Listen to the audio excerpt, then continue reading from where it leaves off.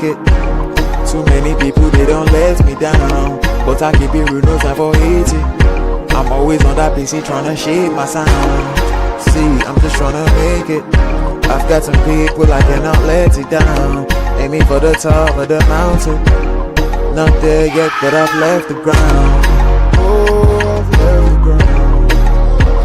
I'm just trying to make it, yeah, make it, yeah, yeah. Make it, yeah, make it, yeah, yeah.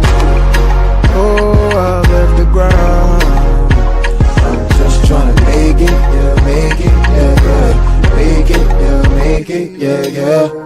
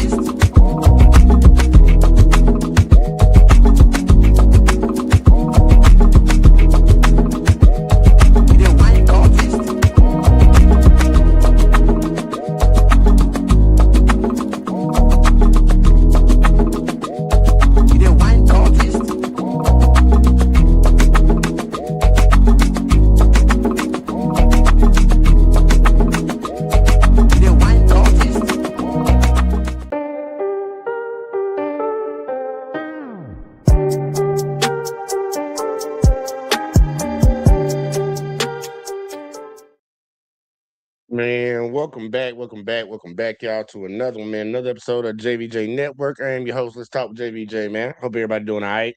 Man, on your way in as usual, man. Do your boy a favor by hitting that like, subscribe, share, turn the notifications on, all that in a bag of chips we trying to grow around here. And what music we going with today? What bitch I ain't played in a while, man. Is it Cream? No, I ain't that Otis. I ain't played Otis in a while. Yeah, I ain't played Otis in a while. Man, do we want to play Otis? I don't hear Otis. I don't want to hear that. Yeah, we got to play Cream because it's going to be a somber night tonight anyways, man. If y'all don't know, I hope y'all read the title.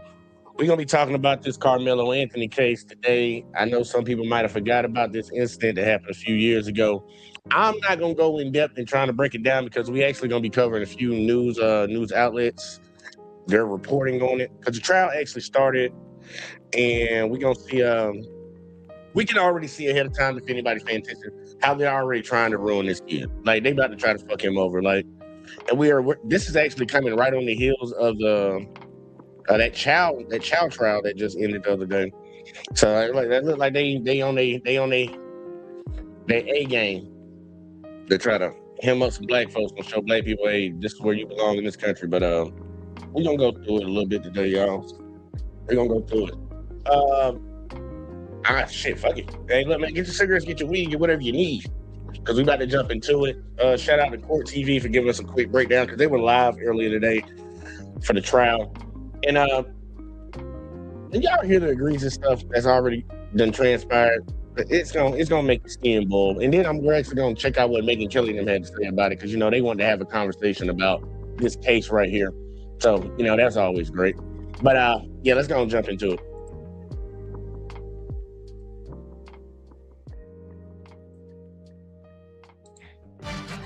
Welcome back to Court TV Live. I'm Julia Janae. Thank you for being with us this afternoon as we track a very big case that is happening out in the state of Texas. A high school track meet ended in a 17-year-old's death, and now the trial is getting national attention. People are divided, talking about race and self-defense, and today we are following day one of Karmelo Anthony's murder trial happening out there in McKinney. And inside of that courtroom now, they have taken a break. We've been following those live notes all day, and we're going to check in with Cody Thomas in just a moment. But where we're at right now is after the first witness was called by the state. A forensic video analyst was the one who was testifying to multiple wide-angled surveillance videos that the prosecution admitted was not crystal clear. But while playing that video, there was some reaction in the gallery. Now, cameras are not allowed inside of this courtroom, but they're on the ground in Frisco. We have our own Cody Thomas, who is following everything that's happening. Let's take a look back. Even though we don't have those cameras, we do have the defense attorney, Mike Howard, what he said before the gag order was put in place in this case. You're using AI every day, but you're leaving 80% of it on the table. Here's the thing. Next time you open. Now it's crazy because, think about it. They have camera angles of what happened that day. And just so y'all, just a quick reminder, track meet, like they said, it was raining really, really bad. So all the athletes were just running underneath tents. Karmelo ran underneath the tent, supposedly that wasn't his. And the McMichaels, whoever, well, not the McMichaels, whatever the other family name is, their kid's name, I guess they wanted to be, the Karens of the school police or some shit. And they came in there messing with the kid, pushing him, touching him, and told him to get the fuck out. He didn't get out, and eventually led to him stabbing one of the kids. Yeah. We expect that when the full story is heard, the prosecution will not be able to rule out the reasonable doubt that Karmelo Anthony may have acted in self-defense. Self-defense is a fundamental right guaranteed every American. The law is clear. When self-defense is raised by the facts, the law puts the burden squarely on the prosecution to prove beyond a reasonable doubt that the citizen accused did not act in self-defense. The law does not expect or require the citizen accused to prove that they acted in self-defense. It's actually the opposite. The law requires the prosecution to rule out the reasonable doubt that the citizen accused may have acted in self-defense. And let's go right now to someone who was inside of that court. Now, y'all hear that? I'm guessing that's Karmelo's attorney. Now, remember, y'all, this self-defense thing. Remember, we just got done covering the trial of the Childs. And they ruled that, think about this, y'all. It's not too far separated. So we're gonna see the contradiction. We're gonna see the hypocrisy between the two cases. But they said it was self-defense for a child to shoot that boy in the back, even though he ran after the kid and chased him over a football field. They still allowed him, after engaging in something and initiating a conflict and initiating the entire situation where somebody ended up dying. You're the agitator in that, but just because you said something happened in between that, you were allowed to claim self-defense now. Well, in this case, this kid was approached again, and he responded in such, is he gonna get the right to claim self-defense? And y'all know they're gonna argue against it. But in one case, just remember how it's gonna go, y'all.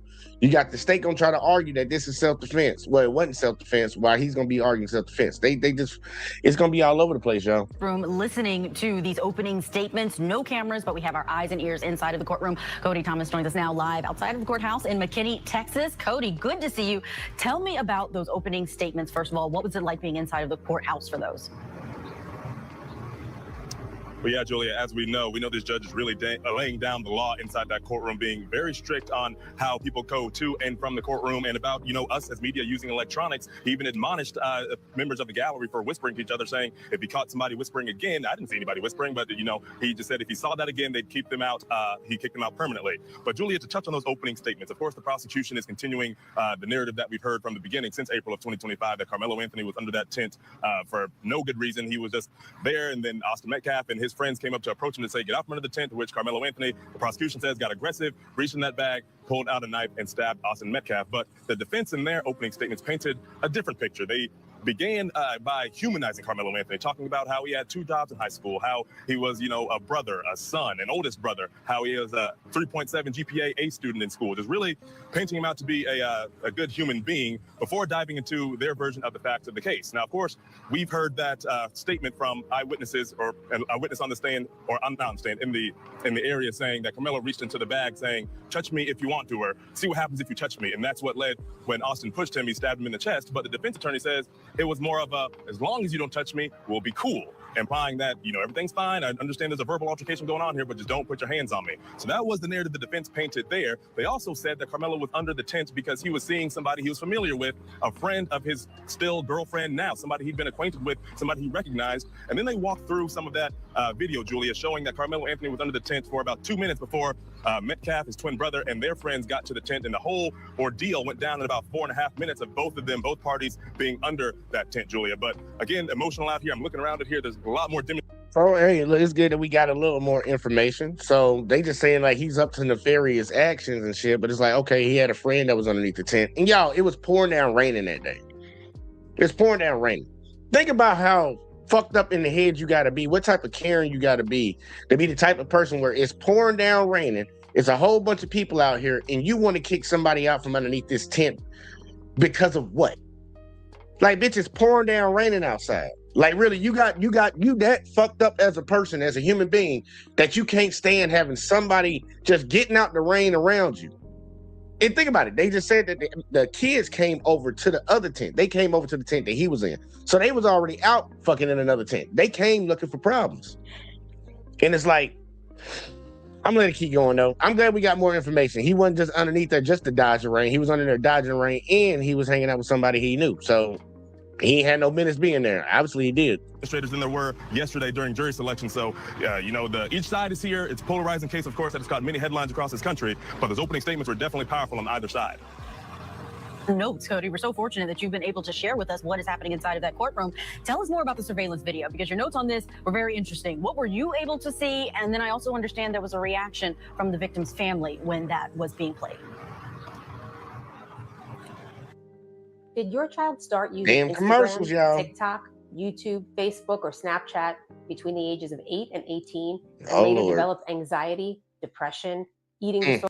Yeah, Julia. So that's in the opening statement. They were referencing surveillance video, and of course, everyone wanted to see video. We haven't seen anything. There's been a gag order on this case since the very beginning last year. So they start playing this video. There were 5 different angles of the video getting walked through from testimony by the forensic video analyst, and they were very wide-angle videos, Julia. And the witness had to talk about how he had to use the software to zoom in and try to make the video as clear as possible. And even then, Julia, I won't lie, it still looked very fuzzy and hazy. It definitely sets the scene. You can see what's going on, but even the prosecution distinctly said that you won't be able to uniquely identify anyone, but they referred to Karmelo on the video as the person of interest, and they referred to Austin Metcalf as the victim. Of course, as the forensic analyst has digested this video and dissected it and pointed out everything that we need to know, going through shoes and the type of clothing they were wearing. So we identified who each person was in the video, even though they kind of just looked like humanoid blobs. But you see, one thing that stood out to me, Julie, is that, I'm very familiar with track meets. I was under the impression that, when you go to a championship track meet, you have multiple tents on the same side of the bleachers. But in this video, because it's early in the morning, just before 10 a.m. when all this happened,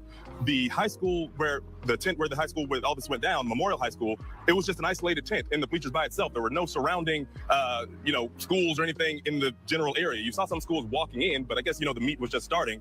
But anyway, they identified Karmelo walking up the bleachers, kind of walking towards the tent. He kind of goes towards someone, and you see him standing there for a couple of minutes. Then you see Austin Metcalf, his twin brother, and his friends walking up and getting under the tent. And then once everything's happening under the tent, it just kind of looks like a blob of people. You can't really make out anything that's really going on for 5 to 6 minutes. And then you see a quick to and from. And they were implying that was like the push, the initial contact. You can't really see anything happening before then. You see people walking by. They're not really, turning heads as if something's loud and, something's catching their attention. But all of a sudden you see that to and from, and then you see Karmelo, or who they identify as person of interest, who we're assuming to be Karmelo Anthony. He runs out from under the tent, and then he's running down the bleachers, sprinting a ways away from the tent and out of the stadium onto the track and everything towards one of his coaches. And eventually after that, we see another angle of the video where Karmelo's been taken into custody by police. But the reaction, Julia, it wasn't a visceral reaction. When you saw the to and from, of course, that's the stabbing action, if you will. All I saw him sitting 2 rows behind Austin Metcalf's father, and his head was just kind of in his hands, kind of like this. Wasn't necessarily crying, but just implying that he doesn't really want to see, even though he can't see the stabbing, but he knows in his mind this is the moment that his son lost his life. So he was just there, obviously overwhelmed by everything. I'm sitting right behind the Metcalf family. Karmelo Anthony's family is on the opposite side of the courtroom. But again, the video, not as impactful as I thought, but it definitely is a scene setter to help us understand clearer as to what's going on, since we haven't seen anything so far in this case. Incredible detail, Cody. You're setting the scene for us. Not being able to see what's going on in this case that has so many eyes on it is really helpful. You also broke some news for us earlier when it came to the jury. There have been a lot of questions. And this is where the tomfoolery starts from the get-go, y'all. When I say that the fix is in, I don't think they're going to try to give this young man a fair trial. You're about to hear that part right now, because once again, we're about to have some bullshit. A lot of questions, rather, about who's on this jury, what may be their demographics, how will that impact a case that has had a lot of polarization racially, especially online, even though we know these parties say, even the prosecution today in the opening saying this is not about race. But what have you observed about the racial makeup of this jury? Yeah, Julia. So, of course, this with the optics of this case, this story here, young black kid, young white kid, violent crime. Of course, people are going to have their opinions. They're going to have their judgments. And, the jury was, that the makeup of the jury was in question. And so, of course, I was in jury selection yesterday, and that jury was seated around just after 5 p.m. yesterday. And I couldn't necessarily see the courtroom today. We saw reports last night that there was no.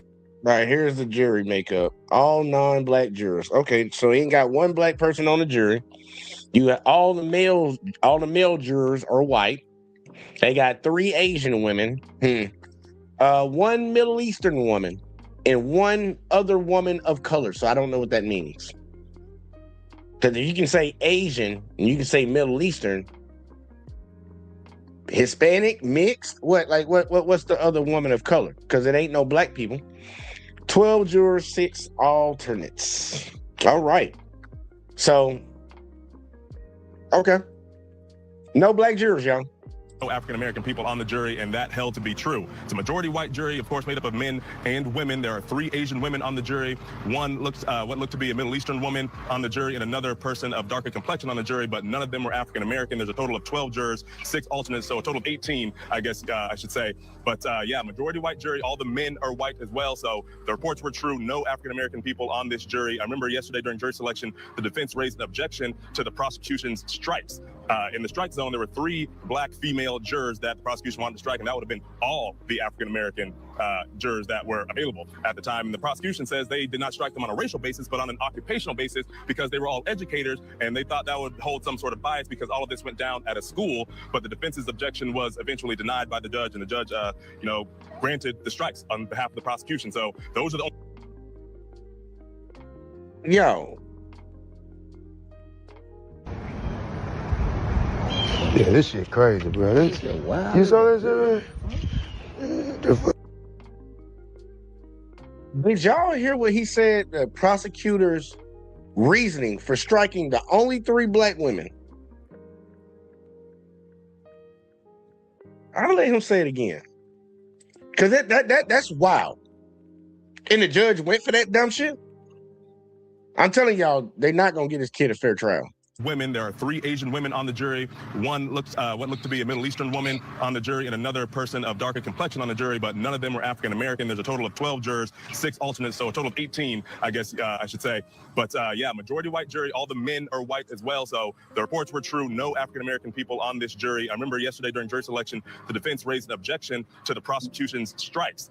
In the strike zone, there were 3 black female jurors that the prosecution wanted to strike, and that would have been all the African American jurors that were available at the time. And the prosecution says they did not strike them on a racial basis, but on an occupational basis, because they were all educators, and they thought that would hold some sort of bias because all of this went down at a school. But think about how dumb that is. Think about how dumb that is. That ain't right. That ain't right. It ain't right. We didn't strike the 3 black ladies because they're black and the defendant is black. That had no correlation. What we struck them for is that they're school teachers, and because it's happened at a school, they probably can't do it right. What? What? They would have some bias because it happened at a school. What? That's like saying, hey man, I know it was a murder in the church. Y'all were in there, y'all, it was a murder in the church, but because, you a deacon at the church, man, I can't put you on the jury because, you might have a bias because you participate in a church. It's like, nigga, what? That don't even make no damn sense. Because they're educators, they can't. No, you struck them because they were black. Let's just go and get that out the way, bro. Let's go and get that out the way. And that's why I keep saying they're not trying to get this kid a fair trial right off bat. You have no black people on that jury. You got people from the goddamn Middle East before you put a motherfucking black person up there. That's crazy, man. It's not looking good already. It's not looking good. The defense's objection was eventually denied by the judge, and the judge, granted the strikes on behalf of the prosecution. So those are the only three available African-American jurors at the time, right before the jury got seated. That objection got denied about 15 minutes before it was seated yesterday. So majority white jury, 3 Asian women and 2 women of color, but no African-Americans at all. Wow, and the judge saying that there were race-neutral reasons for the strikes of the African-Americans in that pool. Cody, Thomas, thank you for all of those details. I know you got to get back inside that courtroom and grab some lunch before you get back. So we will see you later on. Man, it's funny, like, bro, come on, man. This is a judge, man. You would think that he done been in here. He done heard so many cases. You dealing over a high-profile racial case right here. Like, are you showing your true colors from the get-go, bro? Because you know that was a bullshit-ass reason. That was a bullshit. We don't want them to be on the jury because, they're school teachers and it happened at a school. Motherfucker, y'all be advocating for motherfuckers to put people who got family members that are cops on the jury when a cop then killed somebody. Now he's on trial. Y'all be advocating for that. Y'all want somebody to be in close proximity to what type of person you dealing with. But now we're just gonna get the black ones out of here because they taught at a school, so they would be biased. They would be biased. Obviously, you can tell how there's a conflict of interest because they worked at a school that they couldn't deal with something that happened at a school, even though it wasn't their school. Like the fuck. That's stupid. The judge went for that dumb shit, bro. He in on it too. There's no escaping how polarizing this trial is. Both Karmelo's mother and Austin Metcalf's father have spoken about the emotional toll here. And joining me now is someone who knows really better than anyone. This the motherfucker. They brought the motherfucker on that represented George Zimmerman, y'all. Let's hear what he got to say. He represented George Zimmerman and got him off. Let's hear this shit. Anyone about a trial being this polarizing. He's an attorney who successfully defended George Zimmerman, who was accused of murdering Trayvon Martin. And that was a case that had issues of race and self-defense and defined that trial as well. We have with us Mark O'Mara. Mark, it is so good to have you on. Thank you so much for joining me. I think you're an important voice here because whether you see it this way or not, there are many people online, people who react. Yeah, he the guy that argued and got a murderer off.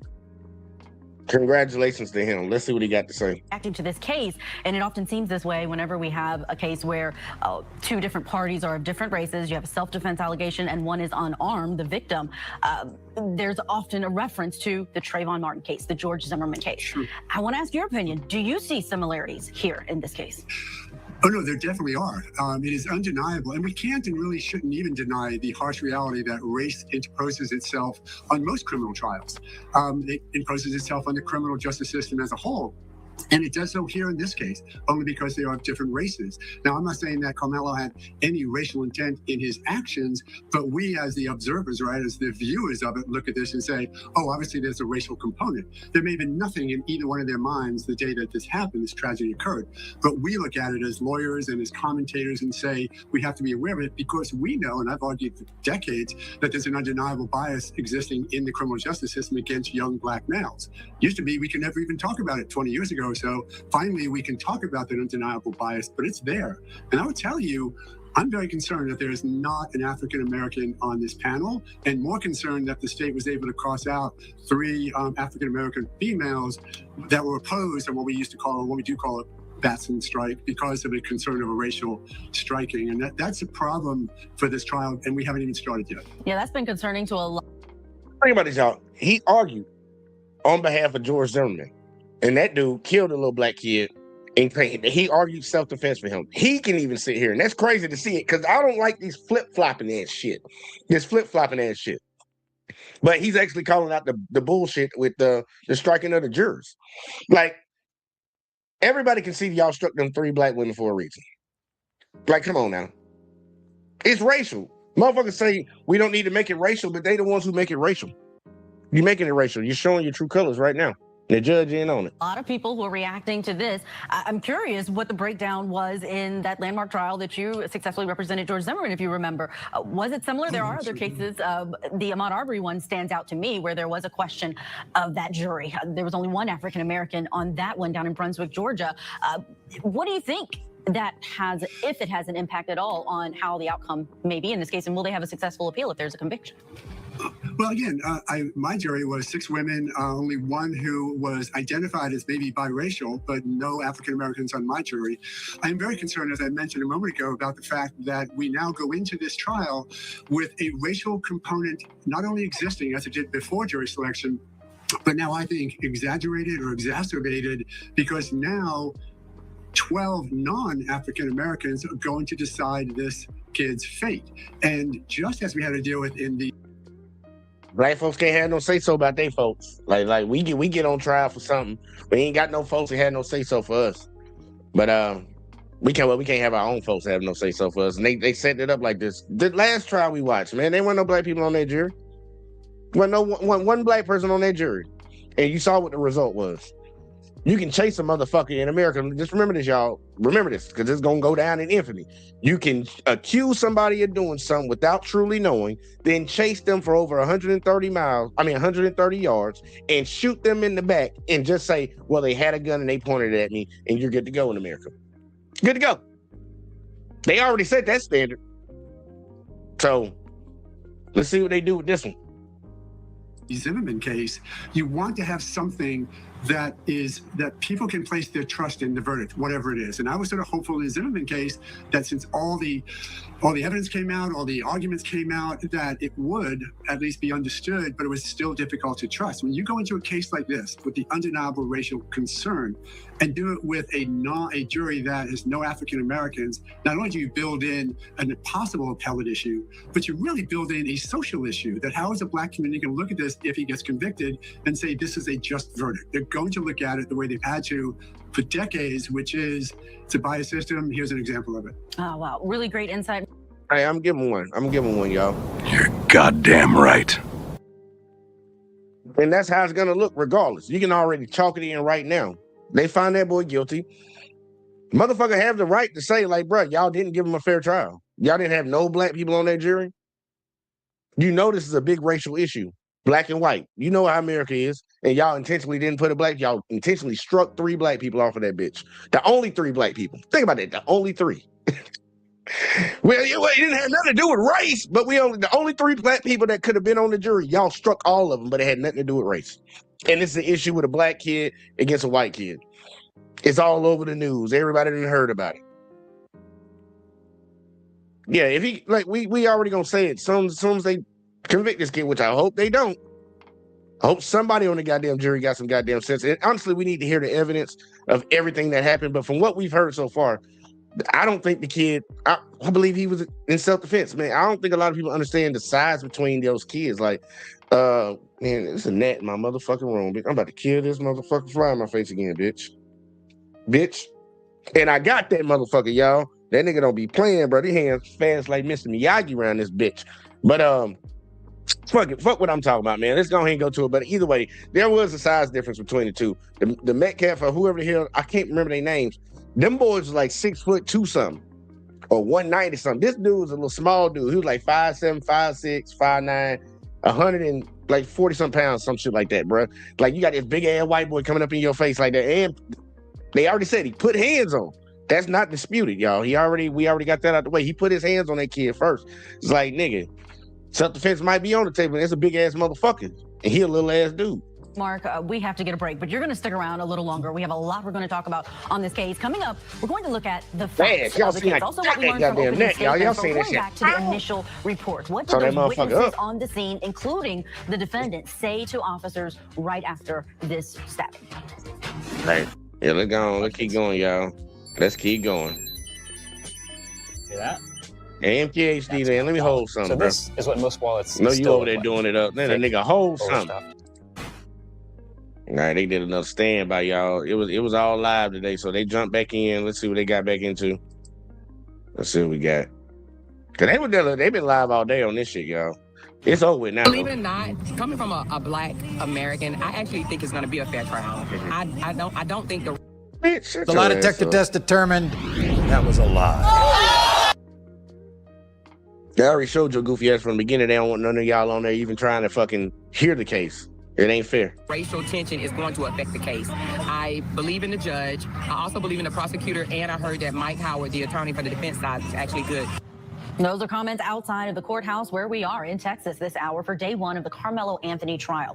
He's a defendant charged with first-degree murder for the fatal stabbing of 17-year-old Austin Metcalf at a high school track meet. Key pieces of evidence in this trial are going to be the surveillance footage from the stadium and witness statements. That surveillance video has already come out inside of the courtroom, but we're taking a look at what those statements were in the police report from the people who witnessed the incident. So a school resource officer was taking down these statements in the police report. Let's take a look at witness statement number 1. And this is a minor, a witness that was sitting under the Memorial High pop-up tent with his team near the victim, Austin Metcalf. The suspect, Karmelo Anthony, was from Centennial High and was sitting under the Memorial High tent. Austin told Karmelo that he needed to move out from under their team's tent. Karmelo grabbed his bag, opened it, reached inside, and proceeded to tell Austin, quote, "Touch me and see what happens." No one really thought Karmelo really had any weapons in his bag, and Austin proceeded to touch Karmelo. Then Karmelo told Austin to punch him and see what happens. A short time later, Austin grabbed Karmelo to tell him to move, and Karmelo pulled out what this witness recalled as a black knife and stabbed Austin once in the chest and then ran away. Let's talk about what that statement means for this case. Joining us to discuss, we have trial attorney Mark O'Mara still with. And that's a statement, okay. And that's pretty much what most people have. The story has already been about it. So the question is he wrong for doing that? And that's gonna be the question, because he's claimed self-defense. Y'all, the witness said he touched the dude, touched him twice. He told him don't touch him.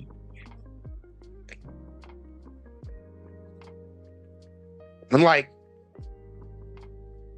I'm gonna shut case, y'all. That's self-defense. Like, I don't know. And former prosecutor Nicole DeBoard with us. Thanks so much for being with us and breaking down this case for our viewers. Nicole, I want to start with you. With that witness statement, if you're just focusing on that, if that was the only witness to take the stand in front of this jury, do you think that this sounds like murder or self-defense? I gotta say, this is gonna be a tall mountain to climb for the defense. It sounds very much like murder. There's a couple of things that really create an issue here, because under Texas law, you cannot bring a weapon to a confrontation. And based on that statement alone, essentially what we're hearing is that the person who was provoking the encounter, because he's saying, touch me and see what happens, is actually the person who has appeared at the encounter with a weapon. Look at what the fuck this goofy white bitch just said. She said the person that is provoking the interaction. Karmelo was in the tent already. They came up to him. How can he be the one to provoke the situation when they initiated it? See what I'm saying? Like, lady, what are you talking about? What the fuck are you talking about? They came up to him, but he's the one provoking it. I don't understand. See, I really don't. Yo, I don't get it. And this shit angers the fuck out of me, because like, this is common sense. You can't say that I agitated a situation when you initiated it. You started it. You're the agitator. But they sit here on national television and say that dumb shit. Okay, you're a goofy bitch. I'm just saying right now, I ain't even hold my tongue. She a goofy bitch. That really create an issue here, because under Texas law, you cannot bring a weapon to a confrontation. And based on that statement alone, essentially what we're hearing is that the person who was provoking the encounter, because he's saying, touch me and see what happens, is actually the person who has appeared at the encounter with a weapon. Certainly that's not going to be what the defense has to say about it, but I will say this does sound like a tall hill to climb in terms of self-defense. Yeah, the defense did try to clean that up in their opening statements with whether he said, touch me and see what happens, or touch me and don't touch me and we'll be cool. Mark, I want to show you witness statement number 2 in this police report. This witness stated to police that they were all sitting on the bleachers under a Memorial High tent when another male he did not know walked over and sat under the tent. That would be Karmelo Anthony. Austin told this male that since he didn't go to Memorial, he had to leave the tent. Austin and the male went back and forth. Then Austin stood up and pushed the male to get him out of the tent. During the time of the arguing, the male was reaching around in the bag that he had. It was at this time that the male took out the knife and stabbed Austin and then left the scene. They're substantially the same, Mark, in terms of what they are saying. There are a few differences, but what's your take on whether or not, from those witness statements at the time that this happened, where do you think the jury would land on a case like this? It's going to be a tough call. And I know that's an easy thing to say. You can't lose if you say you're in the middle. It's going to be a tough call for these reasons. When you actually do an analysis of self-defense, there are different components. The argument that Karmelo Anthony was there and he shouldn't have been there. Well, that's okay, but it's not your bleachers. You don't get to throw people out because of intent.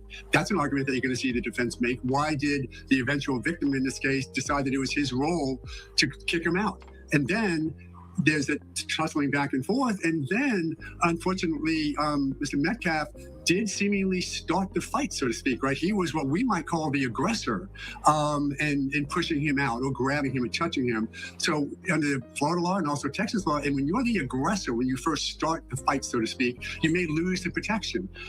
If it was Karmelo who started, Karmelo Anthony. Now we get to say shift it because if Metcalf was the one who started the fight, now can Anthony respond to defend himself? We know he can. And then, as was mentioned a moment ago, are you supposed to bring a knife to a fist fight? No. You're supposed to bring a gun to a fist fight? Absolutely not. But if you're there and starting to get attacked, which is what the defense is going to say, can you defend yourself? And what they're going to say is, Anthony doesn't need to wait until the first nasty strike, the first injury. He can presuppose what might happen, and he's allowed to defend himself. But again, really a tough case, because it really is in the middle, and we're talking about two 17-year-olds and not making fun of it, but neither of which were acting with real good reason.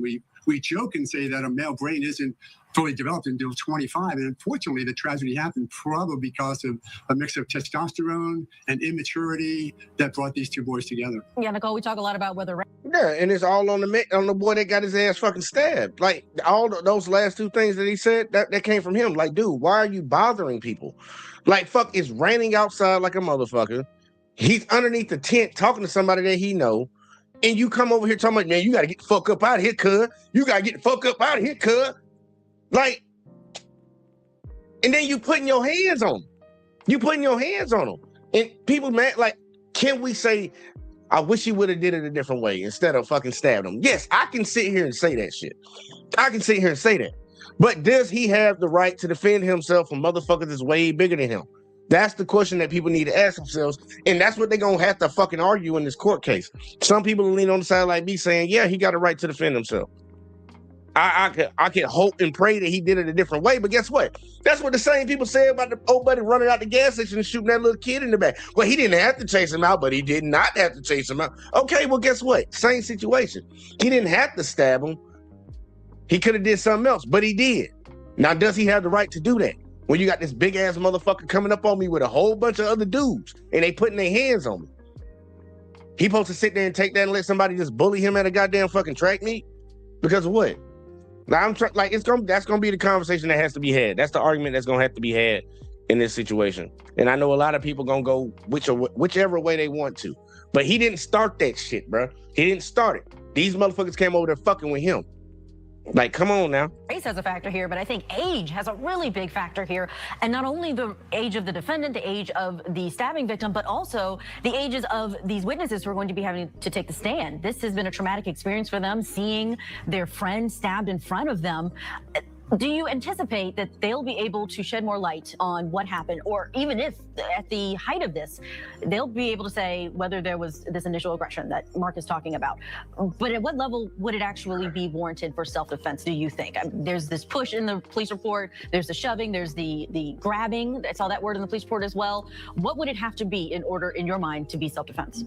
In order for this to be self-defense, the law says that the person using this deadly force has to believe that that deadly force is immediately necessary to prevent serious bodily injury or death. So this is self-defense. You cannot pull out a gun or a knife, a weapon which can be used as a deadly weapon, say, in response to a minor assault. And that's unfortunately not what the law allows. Cap. You know why I call Cap, y'all? And I'm gonna come up when I say this. I call Cap. I call fucking Cap.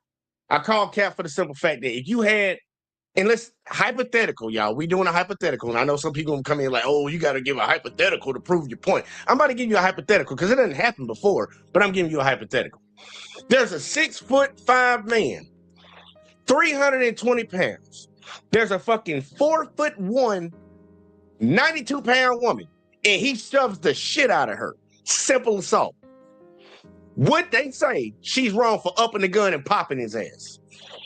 Like, bitch, threw her ass. And she pulled that gun out, because he walking up on her. Would you say that's unnecessary? So understand the situation that we dealing with right now. This motherfucker, these kids, they were some big ass white boys. They some big white boys. And he was a little ass black dude. And they shoving him and pushing on him and shit. Like, bro, you don't know what the fuck that dude felt in his heart. Obviously, we know what he felt because he stabbed that motherfucker to get him up off of him. He obviously feared enough to grab a fucking knife. So I'm like to sit here and say that dumb shit, bitch. Like, come on now. You will. We done seen cases in Texas where a woman done killed a dude that was bigger than her. And y'all was cool with it. He's like, yep, perfectly fine. Because she's a small person. And I ain't knocking that shit. Don't go starting shit with people. Stop putting your fucking hands on folks. If you think that you are at risk of being seriously harmed, it is a different calculus. So that is what the defense is going to have to demonstrate. This is how easy it is to buy shares of properties on RealBricks. Shares of properties. Scroll down to a property that you're in. And who would have thought we would get to the day where you buy a share of a fucking house? You can buy your share of the house, nigga. Really, Texas law on the defense's side, one thing that might potentially make this a little bit easier for them is once they have made a claim that Karmelo actually believed that he was in imminent danger of serious bodily injury or death. There's evidence of that in front of the jury. Once that happens, essentially what has to happen is that the prosecution has to disprove that. So these witnesses that we're going to hear from, which are just these young kids who are essentially going to a high school track meet, have to be able to get up on the stand and really explain what was going on. And, on the prosecution side, I think these are going to be really compelling witnesses because of their youth on the one hand. On the other hand, they're going to have to endure adult cross-examination. Oh, yeah. And speaking of cross-examination and people being on the stand, Mark O'Mara, I know we have to go to break soon, but I want to get your final thoughts. The defendant taking the stand, do you think it's a good idea? Do you think it is necessary here? Will we see that happen? We always know that our own client is always our worst witness and his own worst enemy. And that's the problem. However, in a self-defense case, you almost have to take the stand to say, here's why I did what I did. Don't forget, self-defense is an affirmative act. I did it, and I intended to do it, and here's why. So you have to say the why. The other problem that the Anthony team is going to have to overcome that's relevant to the Texas law and Florida law is if you're doing an event that you perceive to be self-defense, then once the threat is gone, you have an affirmative action to fix things a little bit. Flight away from the scene actually hurts the defense because once you step... I don't believe that. You know why? Because all you got to do is just put into perspective what happened in that situation. This dude came over here fucking with you with his homeboys and his brother. He done put his hands on you, you done stabbed him. You want him to stay there? You think I'm going to stay here right beside his brother and his homeboys who already came over here fucking with me after I stabbed this motherfucker? I'm going to stay right here. Man, they going to beat this your ass. Like, bro, they might kill you right then and there. No, you get the fuck away from that. Like, running away, that's common sense. You would run away from that. You wouldn't stay. You already had to pull out the knife to stab somebody because it was a hostile situation. Why would you stay after? I don't know how that's up. Any common sense, y'all. Common sense. I've seen people that done shot people in self-defense and still got the fuck up out of there. Saying shit, I'm in the hood, this motherfucker trying to steal my car and shit. I know. Pop that motherfucker out of my shit and dip. Nigga, get the fuck out of here. I'll come back and talk to the police. Like, it ain't, that's not, if they don't make that an uphill battle, look, it's not going to be a fair trial anyway. So either way. Once you've done what you had to do because of your self-defense right, okay, threat is gone. Help, render aid, call the cops, stick around to give your opinion of self-defense. And I know we're talking about He didn't leave the track. He just ran away from that spot. He didn't leave the school, y'all. So that's gonna be cleared up. 20-year-olds, but anyone who leaves the scene and then argues self-defense is sort of inconsistent with their behavior. Oh yeah, we're gonna talk a lot more about that and exactly what police say he did after he fled. Mark O'Mara, thank you so much for lending us your time and spending time helping us analyze this case. Nicole, you're gonna stick around. We have a lot more ahead. We're gonna take a closer look at what was said during those opening statements. Cameras not inside of the courtroom, but we have only got 20 minutes to deliver this to the jury of 12 plus 6 alternates. Here's a portion of the prosecution's opening statement. They told this jury, we are all here because Karmelo Anthony decided to take a knife to a high school track meet and provoke another young man who he didn't know into touching. This is the prosecution. We are all here because Karmelo Anthony decided to take a knife to a high school track meet. You ever ran track? You sharpen up your cleats with a knife, and provoke another young man who didn't know. He didn't know. Like, how did he provoke when he was the one that was approached? I don't get that, y'all. Like, for real, they really are trying to argue, and they argue it all the time. They argued it in the last fucking case. They gonna argue it for Chud the Builder. These motherfuckers want the ability to come and harass you and start something with you, and then play victim when you respond. They want to say you provoked it when they came fucking with you. That's crazy, man. That's crazy. Yeah, holding an already open knife in his hand and plunging it into his heart. They went on to say that this man decided to commit an unjustified provoked murder and that this case has nothing to do with race. This is not self-defense. Let's talk about the prosecution's beginning of their case in front of this jury. With us, we have our guest, former prosecutor Nicole DeBoard, criminal defense attorney Joanna Nieves, and criminal defense attorney Mario Gallucci. It's so good to have you all on. Mario, let me get your thoughts on this first. I've been hearing you talk about. Man, matter of fact, we're gonna pause right here for a second on this one, y'all. We're gonna pause right here for a second, because I ain't gonna lie. I don't really give a fuck about what none of them about to say, because I'm gonna show y'all what Megyn Kelly had to say. They had a little sit down talk about this shit, and these are the type of people that's probably on the jury, y'all. These are the type of people that are probably on the jury, and it's not gonna look good. I don't think it's gonna look good for young man, and it's sad to say that shit. It's sad to say that shit, but I really don't. I don't think they're gonna give him a fair trial. They already showed me that they're not. But either way, though, look, check out Megyn Kelly. These racist ass motherfuckers. I want you to see how they got together and started talking key and shit about this situation. This young black teenager who goes to a track meet at another school and bumps into a young white teenager named Austin Metcalf. There were something like between 9 and 12 schools on site for this big track meet. And Karmelo Anthony, for one reason or another, it's still not clear to me what the reason was, winds up under the tent where the Austin Metcalf school was hanging. And someone told him to leave. Certainly at some point, Austin said, leave. And he had a bag, and he allegedly said to Austin, make me. Bag. And grabbed the bag. And Austin did place hands on him, allegedly, in some way to remove him. They need big ass white boys. And then look, them big little white boys. Put them on the line, coach. Like, type motherfucker. Put them on the line, coach. Just run into that motherfucker in front of you. Like, that's who they was. And you run up on this small ass goddamn 5'7", 135, 140 something, putting your hands on him. He didn't fear for his life? Y'all gonna tell me he didn't fear for his life? Okay. And he pulled out a knife and stabbed Austin Metcalf in the heart, killing him within minutes. He didn't even live to the hospital. He died in the arms of his identical twin. He was a football star. He was on his way to college. He had his entire life in front of him, and it was snuffed out in an incredibly stupid, pointless instant. And now they are picking a jury in Texas, Phil, and it appears pretty clear from what little we've heard from the defense team for Karmelo Anthony that they are going to argue this was self-defense. Presumably because Austin Metcalf did apparently, we believe as of today, lay hands on Karmelo Anthony after Karmelo told him, make me. Yeah, well, the defendant in this case started. Oh, he said, make me, so that justified him from doing it. Like, no, keep your fucking hands to yourself, man. Stop touching people.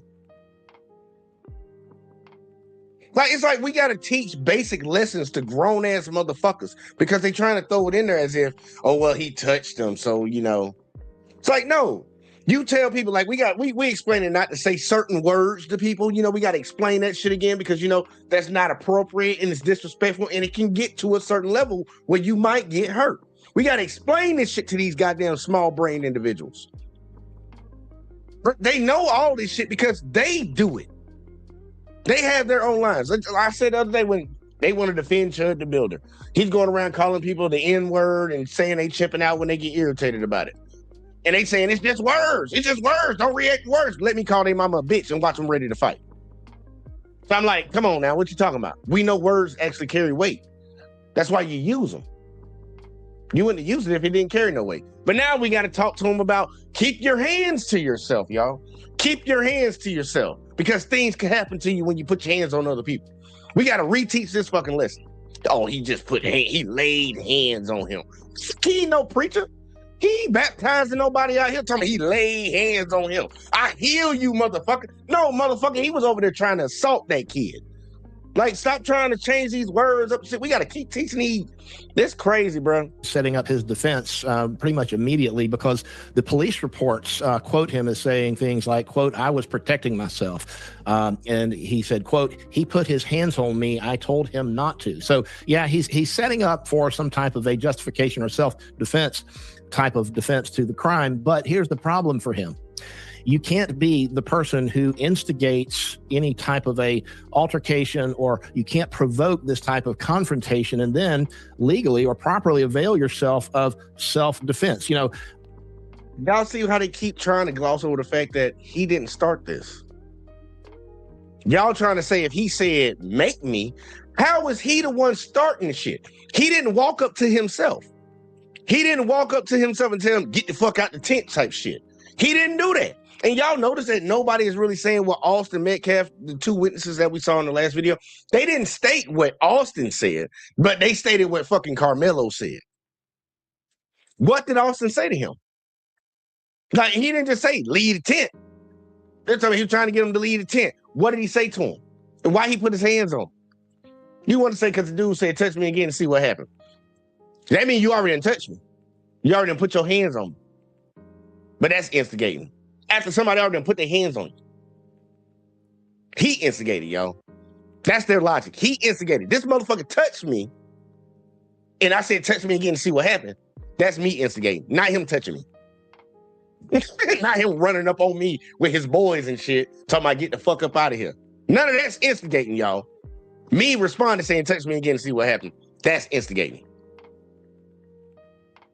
These are small-brained ass individuals, man. The evil, the hate, Satan is showing. He's showing. You can defend yourself, clearly, if someone wrongfully puts their hands on you, but you're not allowed to just use more force than is necessary anyway. But I do think that who are you to decide what's necessary? Going back to what I believe are the facts of this case that show that Karmelo Anthony was the person who started this whole thing, I don't think he's legally going to be able. Oh! Yo, how did he start it when they approached him? That's like, I'm trying to really get my mind wrapped around how can they sit here and say this shit with a straight face and not feel no type of way? How can I start the altercation when you approached me? You brought it to me. I was minding my motherfucking business. I was minding my business, bitch. You brought it to me, but I started it. What kind of fucking dumb shit is that? To prevail on a claim of self-defense if we have a fair jury. And of course, that's something I know we're going to talk about because you've got people outside the courthouse now that are protesting in favor of both sides. And you've got to wonder, is this a case where you're going to have a jury that is pure and that can reach a proper decision? Cyber attacks are relentless. Man, you already know the jury fucked up, bro. Network? Where did you catch? We already know the jury fucked up because you ain't put no black people on it. What the fuck he talking about? Firewalls.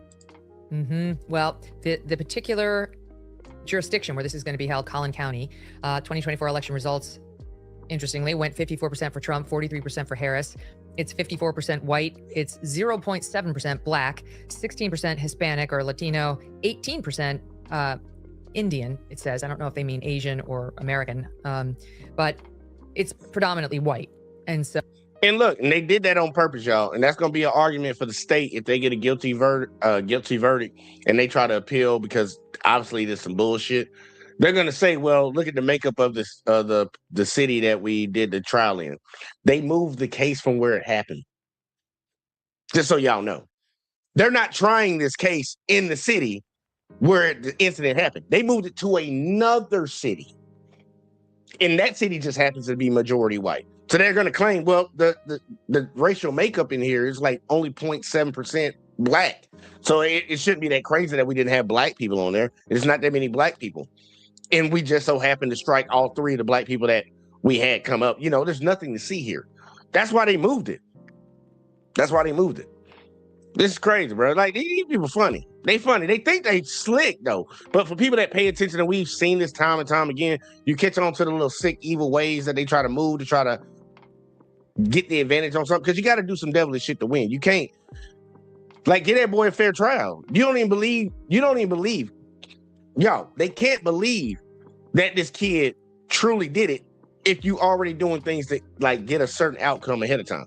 If you believe this kid, you probably do believe that he innocent, but you want to hem him up because he's a black kid. Because you wouldn't go through all these steps of moving the trial, making sure there's no black people on the jury, if you knew it was an open and shut case. You would give him a fair trial and let it play out. No, you're showing actions to try to facilitate a certain outcome. And it's clear as day. So, you're probably going to have a jury that reflects that general makeup. Not sure exactly how that will play, but certainly should play better than the OJ trial played in Los Angeles for, a jury that was predominantly minority and had a grudge against the cops. Phil mentions the thing about provoking, Ashley. This motherfucker trying to compare this shit to OJ, bro. Thing is, Karmelo Anthony could argue that he was provoked potentially by Austin putting hands on him. Number one, Phil's right. The force you use after somebody lays hands on you cannot be disproportionate. Deadly force cannot be. Why don't you just use the correct term, assaults you? They keep wanting to say lay hands on him like he a fucking priest of, like a fucking pope or some shit. Like he Jesus Christ, I'm laying hands on you. Nah, he assaulted that kid. Say what it is. Stop trying to change the words up to fucking make it less than what it is. He assaulted him. He assaulted him. It's clear as day. We heard the two witness statements. He did assault him. Just call it that. Because if it was a black dude doing that, y'all wouldn't say, oh, he just shoved him. You would say he assaulted him. Used just because somebody places hands on you, even if it's a push or a shove or like a try to pushing you out of the tent, that's not going to work. But even let's say he's going to say, I thought he had a weapon or something like that. If you provoked him into laying those hands on you, you can't win on a self-defense. They keep saying that shit. Like, this is just straight evil. If you provoked him to put hands on you, he didn't walk up to that motherfucker. The other motherfucker walked up to him. Why he provoking him? It seemed like, oh, buddy, initiating. Like, what are you talking about? Defense. Right. It's going to be a very difficult case for the defense. I think we have a little bit of a hint as to what they're going to argue in some of the statements. He hasn't made a lot of statements, but the defense lawyer did make a statement that I've looked at a couple times. He said something about the state's not going to be able to disprove beyond a reasonable doubt that this was self-defense. So I think even he has recognized that this isn't what we would call a perfect self-defense. It's a very messy self-defense, but I think he's going to put it up anyway. And honestly, I don't think he has a lot of other options other than for him to, present this to the prosecution and plea for mercy, which is what he should have done because he murdered this kid. I mean, he definitely murdered this poor child who should be graduating high school and getting ready to go off. The poor child who's going around bullying people. Okay. To college, should be enjoying his last summer before college. And instead his parents are mourning his loss. I mean, it is murder. And I don't think a jury is going to cut him any sympathy. The fact that he walked up to this tent where, you got to think about the situation. It's a track meet where there's lots of different tents. Everybody is there under their own school. We've already heard, y'all, from the reporter. Remember the black reporter that's actually in the courthouse and actually watched the video and shit? This how you gonna know motherfuckers don't even know what the fuck they talking about. They just trying to form a situation in their head. They said that tent was standing alone by itself on the bleachers, and everybody thought it was weird that it was that way. That's what the reporter who was in the courtroom that watched the fucking video just told us. This bitch sitting over here talking about it's a whole bunch of tents everywhere, it's a whole bunch of tents. No, it wasn't. No, it wasn't. So what the fuck you why do you gotta lie about your story? Lie about the situation at hand if you in the right. It wasn't a whole bunch of goddamn tents, lady. That dude said it was one tent by itself, just standing out there by itself. You got to think about the situation. It's a track meet where there's lots of different tents. Everybody is there under their own school's tent. We look at it through a race lens, but these are events where you don't really go up to, your opponent and go hang out with them. Like, what the fuck is she looking down at? Y'all notice that? What the fuck is she? Is she reading notes? Look at her eyes, y'all. Is she reading notes? Your opponent and go hang out with them. Like, you don't do that. You don't go the other say, get out. Right. Like, that's not right. Going to a Giants game and sitting on the wrong side. This happens at every sporting event. That's exactly what I'm thinking. It's like you're going in the locker room of your opponent and being like, hey, let's hang out. What do you expect? And so, if this guy laid hands on him, laying hands on him does. So, they hear what she said? So, she don't care that the white kid assaulted the black kid. Who gives a fuck if he assaulted him? not mean that this kid was in reasonable fear of an immediate bodily injury, a serious bodily injury. You can't just be scared that you're going to get pushed. You have to be scared that you're going to die or you're literally going to lose your limbs or something super, super significant. And, the law, all the different reasonable doubt laws in all the different states are always debated, and they have little nuances. Do we use the word reasonable? Do we use objective? Stuff like that. Juries don't care. They don't care about that. They know what self-defense is and they know what it's not. And, they're going to apply their common sense, and they're going to know that this kid did not need to be under this tent, and they're going to know that he did not need to pull out a knife whether or not this guy put hands on him or not, that did not warrant him pulling out a knife. Why did he have a knife in the first place? I mean, if I was on the jury, that's what I would want to know. What did his parents teach him to bring a knife to a track meet, a high school track meet? He went there looking for trouble. And how could Austin Metcalf? Don't let the liberal media tell you how to think and feel. If you have hate in your heart, let it out. Don't get it off y'all chest. Talk shit about his parents. Why you bring a knife to a goddamn... Ain't now none of y'all ever ran fucking track, bitch. We used to bring fucking knives to sharpen up our goddamn cleats, bitch. That's what the fuck. That's why. Talk to his parents. His parents didn't teach him. He came there looking for trouble. The person who was sitting minding his motherfucking business was looking for trouble. Not the people who actually walked up on him and started putting their hands on him. They weren't looking for fucking trouble. That's the shit that gets me with the way these motherfuckers, these evil sons of bitches be operating, bro. Literally, the person that's doing the thing, like if you had a blind test, I'm not going to tell you who's black, who's white. And I'm just asking you, who's the agitator? So you got person A that is sitting in a tent, but ended up stabbing a person. You got person B who went into the tent, shoved the person multiple times, tried to fucking initiate an altercation. Who's the agitator? These dummies that sit there and say, yeah, the person that stabbed the motherfucker. But race ain't got nothing to do with it, right?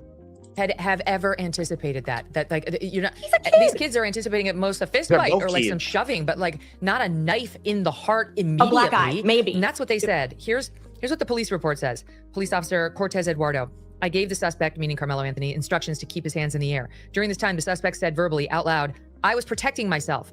While the suspect sat on the ground, I advised that I had the alleged suspect. The suspect then responds and says, "I'm not alleged, I did it." As we were walking to the squad car, the suspect was emotional and said, "He put his hands on me. I told him not to."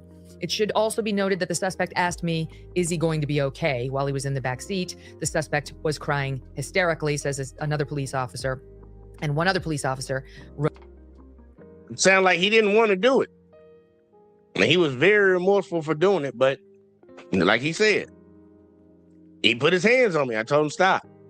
writes that a witness told him Austin had told Anthony he needed to move out from under the team's tent.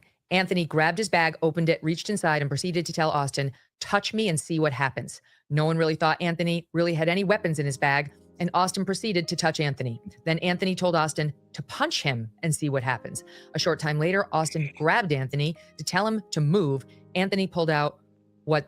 And y'all see how the witness statement is? He grabbed him to tell him. How you know what he grabbed him for? You in the mind of this kid that got stabbed?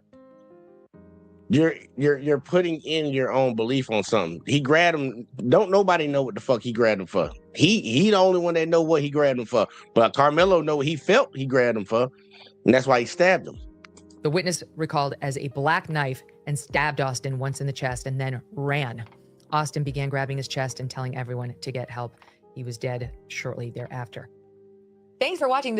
Yeah, Megan, I like how you and your folks get down. You and your folks get down and y'all don't give a fuck about shit. I love it. Y'all just keep on doing what y'all doing over there. Like, I'm not here to say that this kid could have handled it differently, because I can obviously say that. I got enough goddamn common sense to say this shit could have been handled differently. But I'm not gonna sit here and say, oh no, he didn't have, he's not somewhat justified in doing what he's doing or what he did. How y'all spell Antonio? I forgot how to spell this shit. I don't know how to spell this shit. It's a fucked up situation all the way around. I can be straight up with that one, y'all. I'm not here to justify people just getting killed and murked out here. I'm not for that. I'm not for that. But honestly, there are lessons that need to be learned. I know some people on the other side are gonna say, well, and Without Purdue Global, I wouldn't be where I am today. Karmelo's about to find out. Karmelo's about to find out. He's about to learn his lesson. But I think other people of the greater society need to understand, like, bruh, y'all gotta stop fucking starting these situations, provoking and antagonizing people, and then playing victim afterwards.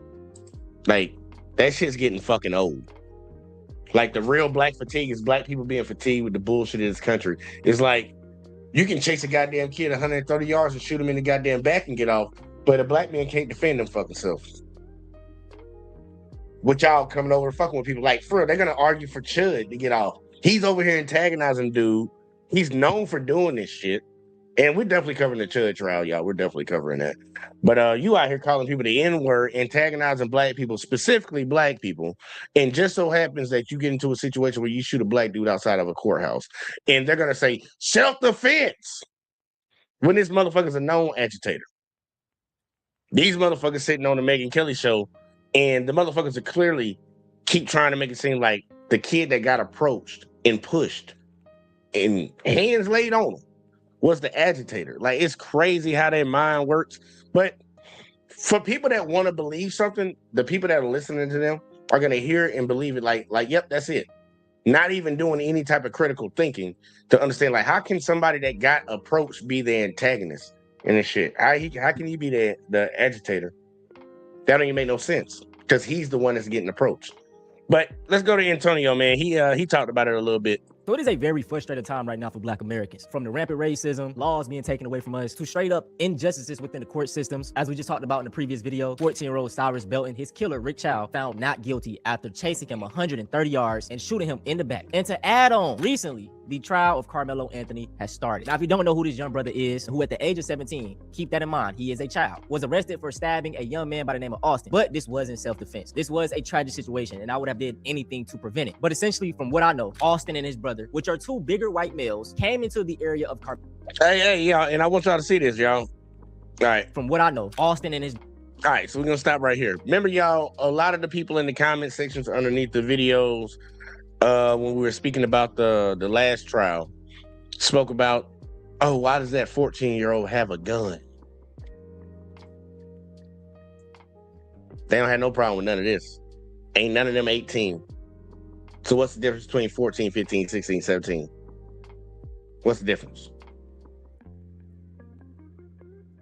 Ain't got no problem with these motherfuckers having guns. Didn't have no problem with Kyle Rittenhouse having a gun and killing one guy and shooting up two other people. They didn't have no problem with that. But they had a problem with that black kid having a gun. That's how I tell you, it's a bunch of fucking hypocrites.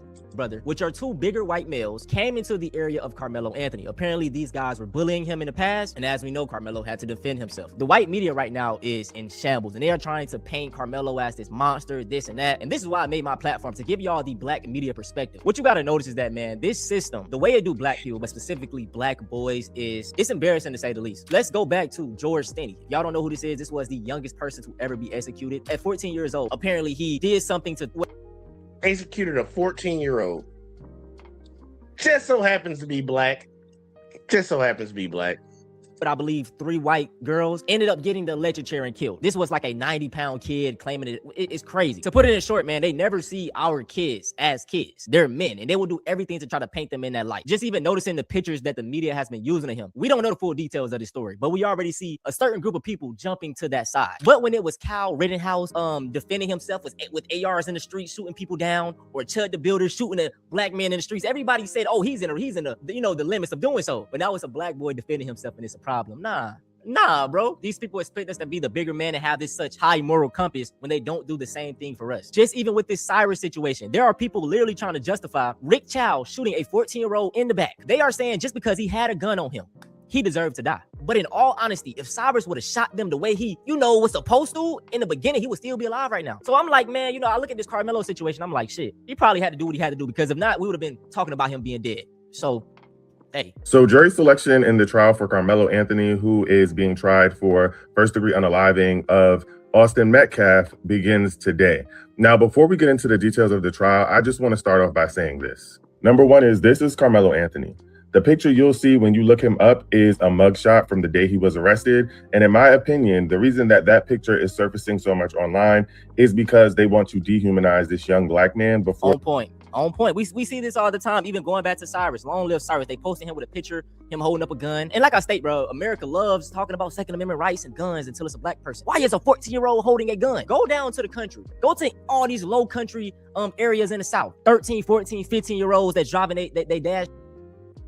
And y'all, I say it all the time. I say it all the damn time. I live down here in Alabama, man.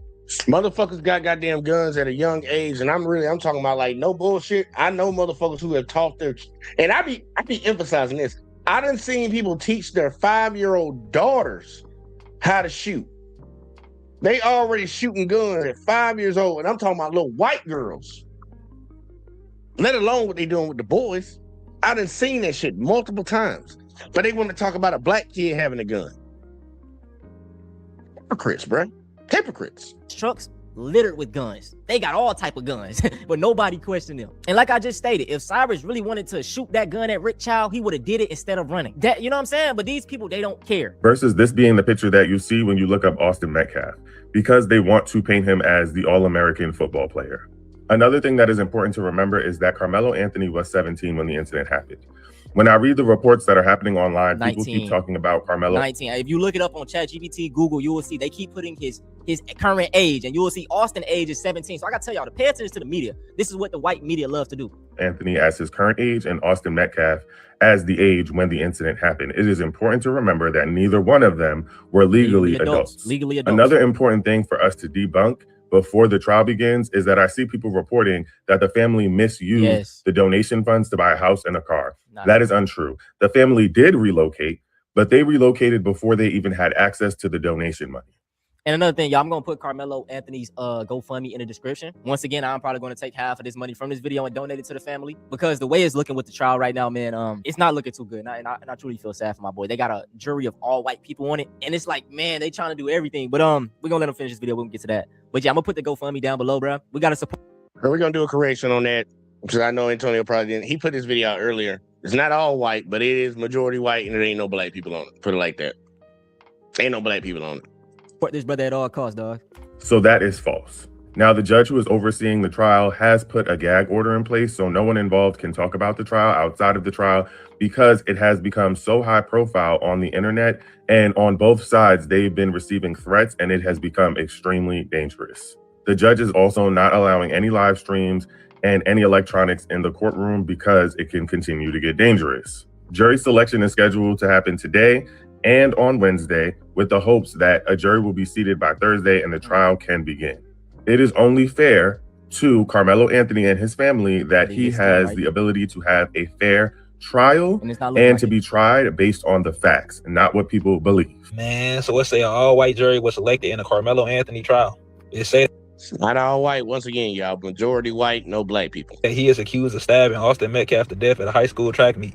I ain't gonna lie, bro. All I want for Karmelo Anthony is to get a fair trial. Sadly, I can already tell how they trying to make this go. Yep. Like, bro, just give him a fair chance at trial. Man, this shit is like, bro, I'm telling y'all, man, I have been really dealing with it these past couple of days. I'm pretty sure all of y'all have been too, man. Like, the black fatigue has been really real. I truly feel so bad for Karmelo, man. I wish I could go back in time and just tell him, bro, just, you know what I'm saying, man, go about this shit a different way, bro, because they really about to try to throw him under the goddamn jail, bro. Give him the same grace that y'all gave that dude and unallowed that kid outside that They stuff. not. When that other man beat that case, it was hella people in the comments talking about justice was served. I don't understand how people think that he had the right of way to do that, but Karmelo Anthony is wrong. Bro, I'm telling you, they don't like black people. But they expect us to have this high morality. You know what I'm saying, man? Fuck y'all, dog. How is Karmelo defending himself worse than what he did? You can just tell it's a lot of bias shit going on. It's bias, yes. I guarantee if this was the other way around, y'all would want Austin Metcalf to beat the case. The Karmelo Anthony dude don't even have a jail record. He ain't never. Another thing, he has a perfect record, no record. He comes from a great family, 2-parent household. Like, it's fuck, bro. Karmelo, damn, dog. Goes against all the stereotypes that they try to say. Like, he has a criminal history, comes from a single family household, his parents are poor and stuff. You know, he's just prone to criminality. That's not the case right here. That dude was an honor student, ran track, 2-parent household, working 2 jobs during the summer. Never got in trouble with the police. Completely killed the stereotype. But when they look at him, that's all they're going to see. In trouble before, so why is y'all acting like he was a trouble kid? I can understand if he was just out here living reckless. He probably was just tired of being bullied and he was scared for his life. Like I said, at least give him a fair trial. Fair trial. That's all bro. people asking for. All we asking Facts. for, dog. They knew what they were doing when they decided to move Karmelo Anthony's trial to Cullen County, Texas. Cullen County. Now, see this part right here. I'm trying to tell y'all, they moved the case. They moved the case out of the city that it was supposed that the incident happened in, and they moved it to another county. And they did that for a reason. She gonna break it down. County, Texas is 54% white and 12% black. How the hell was he going to be able to have a jury of his peers? An all-white jury is going to 99.9% find him guilty just based off of his looks. They are going to make Karmelo Anthony look like a thug that's unhinged instead of a straight AB student and a top athlete. They're going to make Austin Metcalf and his brother look like good old white boys, not bullies, not antagonizers, not the people that instigated the situation that actually came after Karmelo Anthony. We already know how this is going to end. Karmelo Anthony is going to spend the rest of his life in jail for self-defense. Fuck, bro. And I don't care what anybody else says. It's and that's just the way it's looking, bro. Like, if I was his team, bro, I'm not gonna say I would have just admitted to it. I would have maybe admitted to it, but tried to go for like manslaughter. And he's 17, he probably could have got off, you know. But I don't know, man. This shit is bad, bro. I'm just, you know, I ain't even a religious person, but I'm goddamn manifesting it. I'm meditating, thinking about my dog, bro. I'm like, hey, bro, universe, do the right thing, but. That's y'all already know how Antonio, that's spiritual. Especially being black and being approached by 2 white boys who are coming at you for no reason but just sitting under a tent. He is not going to get a fair trial in Cullen County. So I want us to brace ourselves and prepare for the worst. Prepare. I'm sorry. Prepare. That's what I just in my mind, dog. Like I be just, you know what I'm saying? And I have 3 sons, dog. I have 3 sons, and it just be like I'm thinking about Lil Cyrus. I'm thinking about Karmelo. Like if my kids had to defend themselves, if they had to go into a store and something like this happened, like this type of stuff is just been eating at me. Even me, like I said, I'm still a young man myself, just having to carry myself in America. And it's like, you know what I'm saying, bro? Since when did being judged by a jury of your peers mean that a black kid's future is dependent upon a group of white people? Karmelo Anthony's racially politicized murder trial began this week, and there won't be a single black person on the jury. During the rounds of jury strikes, 3 black women were removed because of their occupation as school teachers. What does them being a school teacher have to do with what? We talked about that earlier. The black juror because they educated? What? Removed after he said he could not send a brother to jail. So he let Karmelo be at the mercy of white Texans. Anthony is already seemingly overcharged with first-degree murder, and the court is really stacking the deck against him with his jury selection. That's it for this video. Karmelo. Holding for the young man, but ultimately, yeah, y'all, it ain't looking too hot. It ain't looking too good for this situation. Cause shit, look, it is what it is, man. Like we kind of know what like the temperature of America right now. We kind of know what's kind of going on. If y'all got your eyes open, I know some people get so caught up in their own life they don't really pay attention to other things that are going on. But the tension in this country, especially racially, it's not good, y'all. It ain't good at all. And it needs to get better. But as of right now, it's not looking too hot for everybody. I ain't even gonna hold y'all. I ain't even trying to bullshit. But I need to bring the energy up because I don't want to go out on no somber shit. So look, we're gonna do it. It's Reese, y'all. We're gonna do it. It's Reese. Need to laugh a little bit, man. So without further ado, man, let me go and get Reese up here. We got some that court show, whatever the name of that court show is with that lady. I don't think they're doing paternity this time though. I think they just doing like a little lawsuit or some shit. Let me see what the title of this bitch is. Let me see. Sued her best friend for tattooing her eyebrows. Okay. That should be pretty interesting. And it's some white girls, y'all. It's some white girls, so that should make it even funner. Let's see what we got, man. Shout out. It's Reese, man. Shout out. Let's see what we got. Lena Jackson Moore claims her life turned upside down. And I'd like to take a minute, just sit right there. After her friend wrecked her eyebrows. I was wondering why her eyebrows look like that. Damn, she tattooed that shit? I couldn't tell, but I guess we watching it from a distance. Literally staring at her eyebrows the whole time. Are suing Ms. Johnson for $1,800. You say she was negligent. It's racial.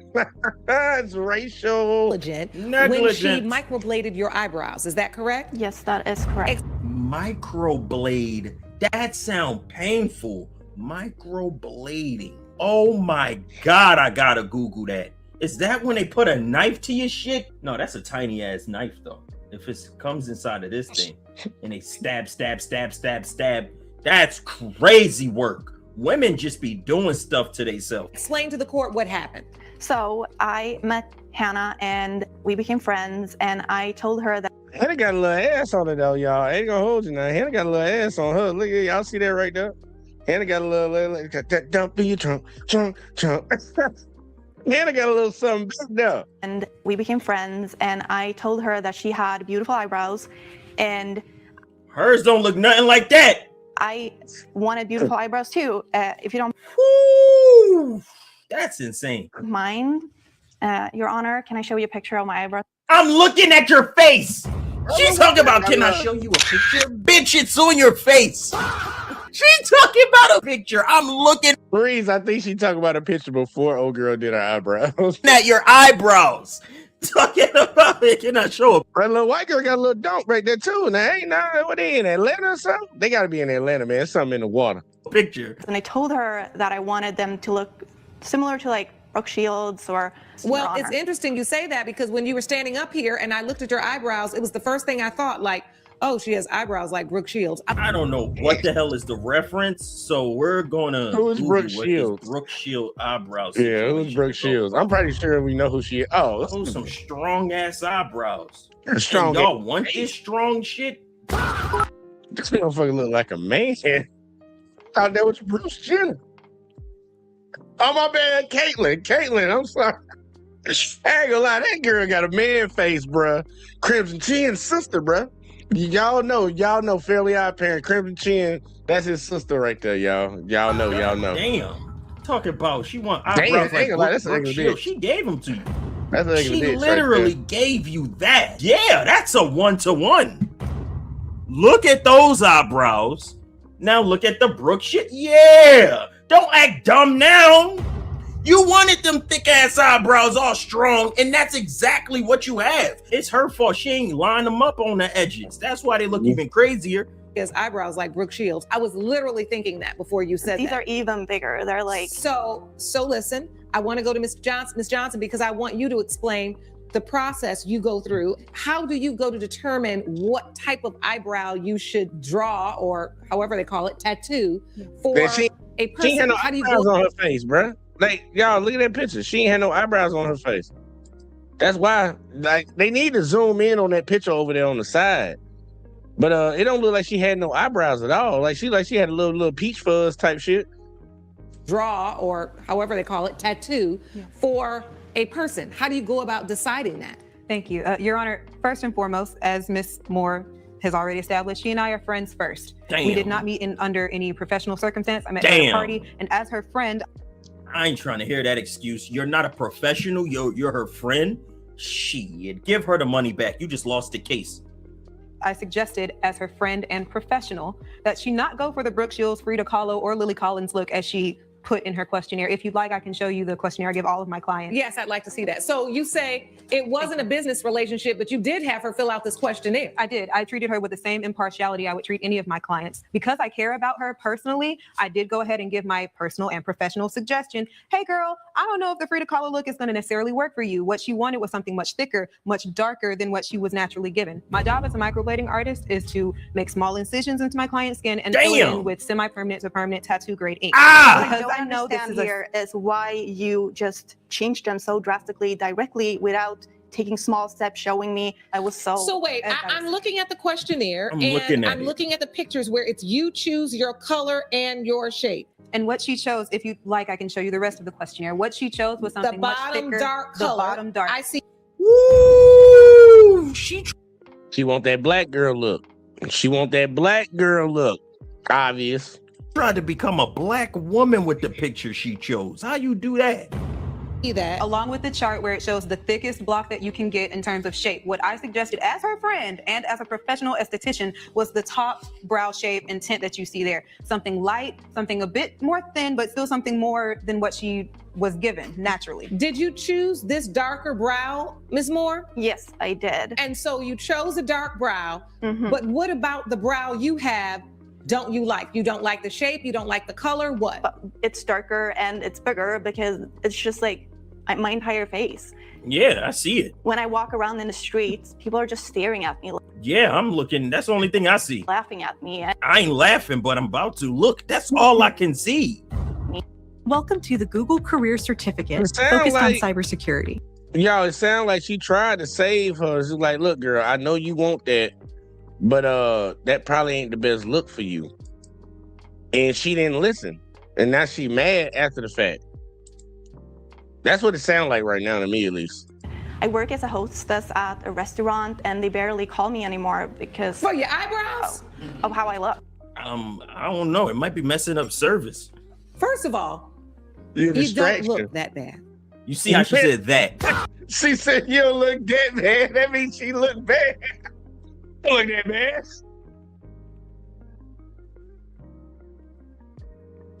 I need this laugh right now, y'all. I need it because I've been so goddamn somber and down and out. Fuck, she said you don't look that bad. That's not a compliment. That's not a compliment. First of all, you don't look that bad. You see how she said that? I want y'all to understand the language. People always add that when it is what it is. She acting like she all that. Those eyebrows ain't that bad, but she's admitting the eyebrows are bad. People say stuff like that. They'll throw that in the middle of a sentence to try and demean what the hell they talking about. Don't fall for it. Them eyebrows fucked up because even the judge said that bad. Them shit's terrible. I'm telling you. I will say that it may not be what you want, but you are not, looking like some. Reese ain't that bald. See? You see how you throw that in there? That mean I am bald. Now you pissing me the hell off because nobody told you to use me as an example. What the hell is going on in this chat? Y'all need discipline. Y'all need to get your life together and leave me out of it. Talking about Reese that bald. Freak. I feel like one. Well, I can see you're very upset. I just wish she would have taken it in steps and showed me because she was so sure that this was not a good fit for me. And she, as a professional, should give me professional advice. He did. She told you it wasn't good for you. And you said, fuck that. That's what I want. And now you mad after the fact. Like, what are you talking about? She told you it wasn't going to look good on you. Yup. This happened to me one time, believe it or not. The last time I had hair, my cousin was my barber, and this was my first time getting a part. I said I wanted a part in my head, and he said, you want it off to the side? I thought we were talking about the sides of the hairline, the corners. This man meant the center of my fucking head, and I had a part to the side in the middle. I had a fucking part in the middle of my fucking hairline. Who gets a part in the middle of their hair? I've never seen anybody in the history of haircuts with a part in the center of their shit. I had one. Nah, it was a look for a while, y'all. Y'all can get a part right down the middle. But I'm hoping you're talking about going straight back down the middle. But I used to always get mine on the side. It was always on the side. That's where they supposed to go. It made no sense to me. It ruined my whole fucking mood because this was my first time getting parts. We're talking like 2016, 2015, Damn. back when niggas used to do it. How do you put a part in a scalp? Man, Reese way behind 2016. Shit, man, I was getting parts back in the 90s, bruh. Shut up. I'm about to get mad, bro. That shit had me looking dumb, and I was trying to go to work looking all clean. This was me. Yeah, that's what looking like a dumb niggas. That is a style. I ain't gonna lie. I never got that part, but it used to always just be out to the side a little bit over here on the left. I don't know which side I used to get it on. Barber used to always pick. Didn't really matter to me. Fuck. Why would I want some shit like this? Even this fucker in the preview don't even look normal. Stop pausing. I'm trying to see Hannah and all her thickness. Shut your freaky ass up. Hannah don't give a damn about you. We're getting mad is what we're doing. Hannah Talking about Mo Dizzle 25. What kind of name is that? This nigga named Mo Dizzle. He talk like Snoop Dogg. What's the shizzle, my nizzle? Did give you the professional advice, but you wanted a dark brow because the people we were talking about wear very dark brows. And I will say that I think she even went a little lighter than the brow you chose. And because they're way bigger. Like she ran out of my salon. If you Yeah, like, because I was devastated show about you the the result. invoice where she did not pay me for any of my. I'd like to see the invoice, I wouldn't pay your ass for that fucked up forehead either. please. But I still think that she should have taken it into steps, even though if I wanted it a certain way. If you want her to goddamn fix it or try to do something, you can't run up out of there. Like, what are you talking about? She wouldn't even show this to the world. That's the first thing I thought. When she had that and she said that she went to get something permanent, don't they show you a stencil of a tattoo before they put it on you? You ain't give her a stencil of this shit? It's such an emotional trauma for Yeah, me. Because it is. it's just like walking So around now the you street didn't and even people pay are for them. laughing. People are not walking down the street laughing at your eyebrows. They are. Oh, come on, Judge. I would laugh at her. I would laugh. Not in her face, because I'm scared, but I hit her with a, oh shit. I would do one of those. They are not. Trust me. This is you imagining this. There is no one walking down the street laughing at your eyebrows. They laughing behind her right This now. motherfucker back here laughing right now. She thinks shit funny. Look at her. I ain't even see her laughing. Everybody over here fucking giggling like it's happy hour. They having a time of their life. Look at them. On the street laughing at your eyebrows. Why don't my boss call me to work? Probably because you running around the office acting like you don't have no sense, or wherever it was, the restaurant. Where'd you work? All right, you got a commercial. See you next month. Damn it. So you can get these delivered? It's literally water duck. Restaurant. That's Yeah, you don't have a personality anymore because you're stressed about these eyebrows you asked for. Yeah, but I wish that she, as a friend, would have helped me out. She There's no did. stopping and She did starting on in this process, questionnaire. This is what you asked for. This is what I suggest. This is what you asked for. This is what I suggest. Which eyebrow do you choose? The darkest one. You put it on. Now you don't like it. I realize you are upset that you don't like it, but I don't know why This you're is upset messed with Ms. up. Johnson instead of with yourself. Because Why are you trying to? I hate how she acting like the lady with the crazy ass eyebrows is in the wrong. This lady fucked her up. And that's the truth of the matter. It's not the truth of the matter, Reese. She wanted it. Old girl told her, no, you probably don't need to get this. And she was adamant that that's what she wanted. So she gave it to her, and now she mad with the outcome of it. It's like, bitch, this is what you wanted. I told you don't get that shit. It is what, and you ain't paid. And she didn't even pay her. But it is, bro. And y'all pissing me off acting like she ain't had shit to do with ruining this lady's life. Look at the chat. Chat talking about she asked for it. She is in the wrong. Well, she asked for it. She in the wrong. She got what she asked for. Like, on some real ass shit. And the chat, no. They said Reese don't know. Reese don't know eyebrows. And this fucking lady from the Chris Rock movie, I Think I Love My Wife, is over here acting like she got everything all figured out. You fucked her eyebrows up. No, she didn't. No, she didn't. She look exactly like this fucking actress, and it's pissing me off every time I'm seeing her. This don't look nothing dumbass like her. fucking shit. She don't you look did nothing not like her. listen to the professional. Now let me ask you this: you didn't pay. Once again, Reese not supporting his own people. Sad day chat oncoming car. Chat get his ass. This chat getting his ass. Hey, I love that right there. Own people. Sad day chat oncoming car. What are you talking about? I'm not supporting my people. I'm watching this lady turn into a fucking butterfly in front of my face because her cocoons are hatching.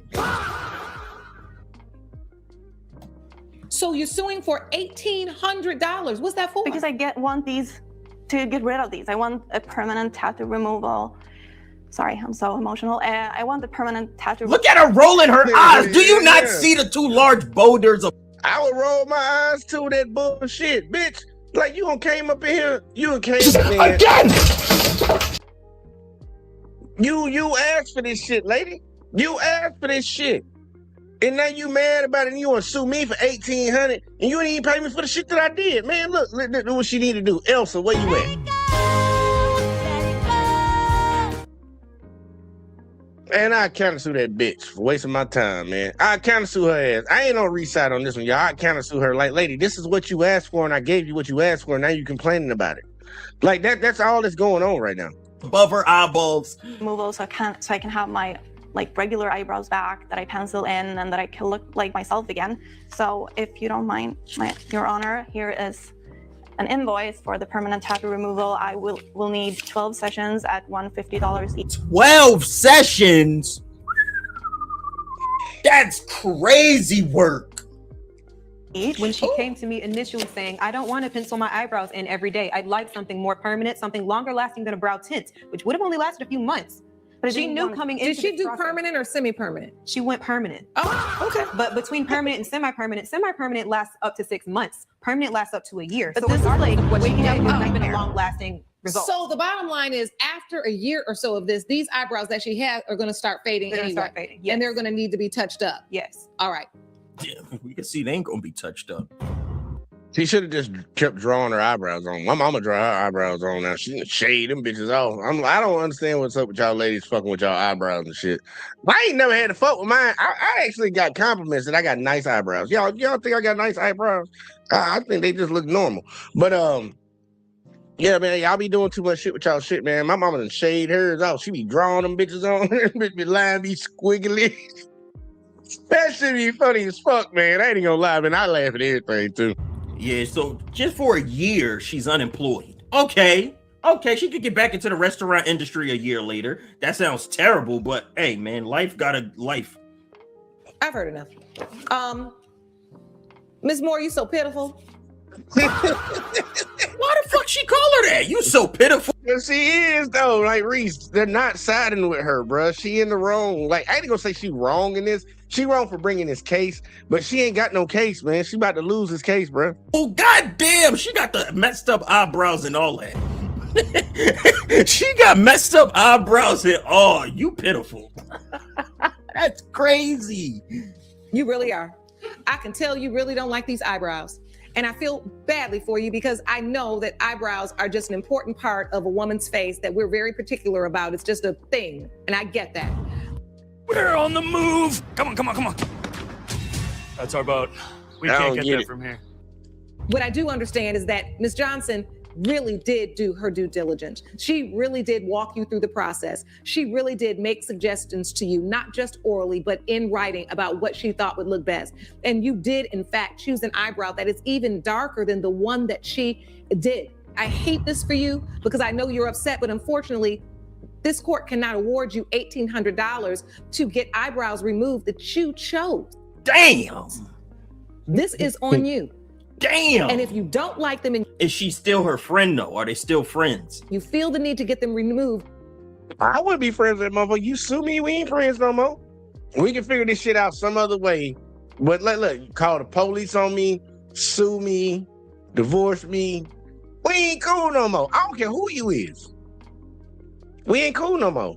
You done brought the government into this shit. I can't trust you no more. you will have to pay for that yourself. Hell no, we ain't friends. I'm looking, it's growing on her. I'm starting to not notice the caterpillars as much. Done that, but if you give yourself time, you may begin to. Hey, little mama over there, look, she got she got a little above mid look, a little above mid look. She get feel it. more comfortable with it. But I'm here to tell you right now, you still look beautiful. Your eyebrows are not completely and totally out of pocket. And if they were, I would tell you. That's insane. That's insane. She said your eyebrows ain't totally out of pocket. They just almost there. This is wild. This is wild, man. Trust me, I'm here to tell people the truth. That's my job. All right? All right? All right. Court is adjourned. Judge. This is wild. She wasn't getting no Reese, shut money, up. man. She wanted very bushy black eyebrows. I see 2 very bushy black eyebrows. Where is the problem? Tears of Joy white girl is a dummy. She looks like a fool. She looks hilarious. She's still pretty, just with very bushy black eyebrows. Person shrugging. Oh, you think you know every goddamn thing. Look at you talking so confidently, like you never made a bad choice in life. This lady up here regretting her choice, and we see Yeah, but she regretting her choice and she trying to sue somebody for it. That's her fault. it all over her face. Judgment for the defendant. All rise. Judge Lake has ruled in I ain't favor. gonna lie, that's a lame ass looking at nigga right there. That nigga all rise. All rise ass nigga. He look like an all rise ass nigga. All rise. Rise.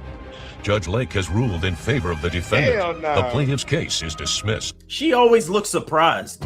That's what it is. That's what's throwing me off. She always got this shocked look about her. It's like her eyebrows are never resting, even when they're relaxed. That's crazy work. She always surprised. That's what I'm noticing. I'm sorry, girl. Wait for that bad review. So I offered to color correct. A bad review, bitch. You that girl said wait for the bad review. You didn't even pay. You didn't even pay. I would have countersued. Like no bullshit. I would have countersued for the money that she was supposed to pay me for the goddamn the eyebrows. Like no bullshit. She's still on that whole shit. I would have countersued her ass. I'm sorry, girl. Wait for that bad review. So I offered to color correct it for you for free. I did my due diligence. Good luck, sis. Good luck. I don't get why she didn't just get trimmers and trim it down herself, SMH. I think they're tattoos, that's why. I think they're They tattoos. They tattooed on her face. And she over here popping it. Good luck, sis. Tattoo eyebrows on your face, man. That's crazy. Y'all ladies do be doing some weird shit. You're over now. Good luck in life. That's Good luck, crazy. sis. Look how she throwing that bag on her shoulder.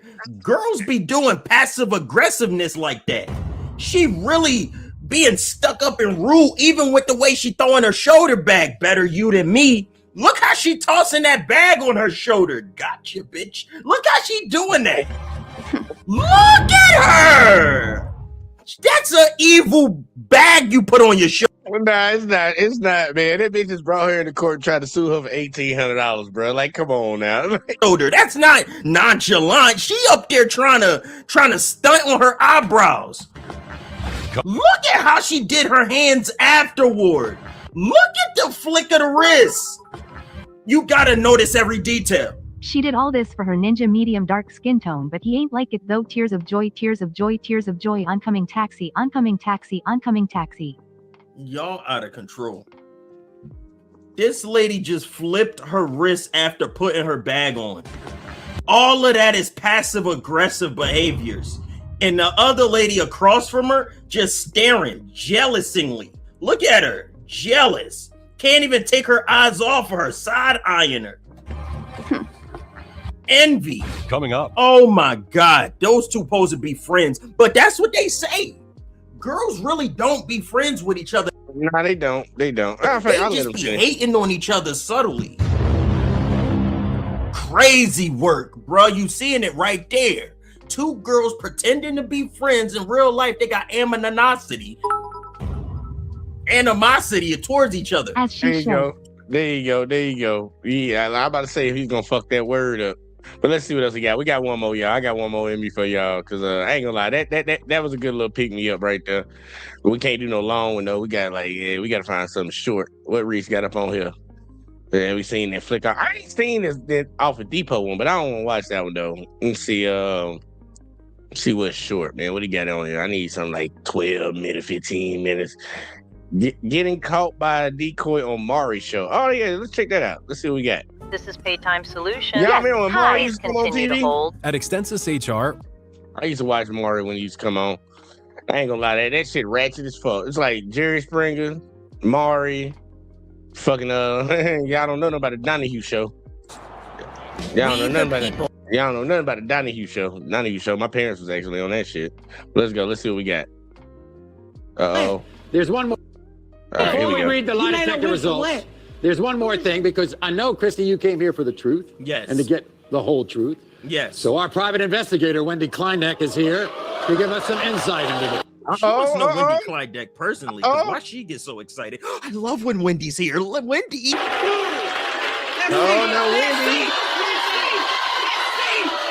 Wait a minute. What he do? He looked like he saw a ghost. Look at him. He's scared.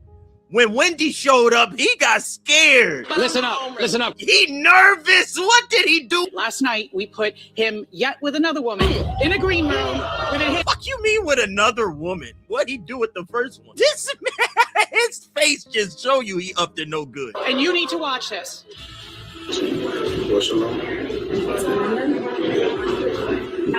My number is 609. So you're gonna kiss her? He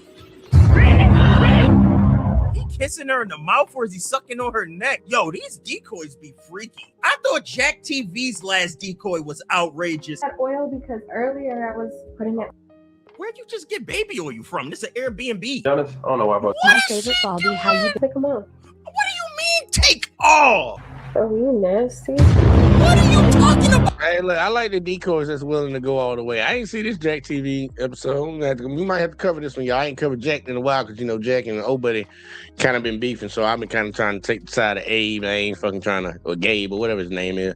I ain't trying to goddamn watch Jack shit. Oh, somebody nasty. These are some wild ass decoys. They be letting these men do whatever they want to him. We gonna prove he a cheater, girl. I'ma let him do anything. What the hell? Getting the number was enough. Getting the number was enough. Why you letting them suck up on your neck? Where do Mari get these decoys now that I'm thinking about it? Is she a streetwalker, Reese? Is that where Mari get his fucking decoys? He hire freaky girls and that's a tax write-off.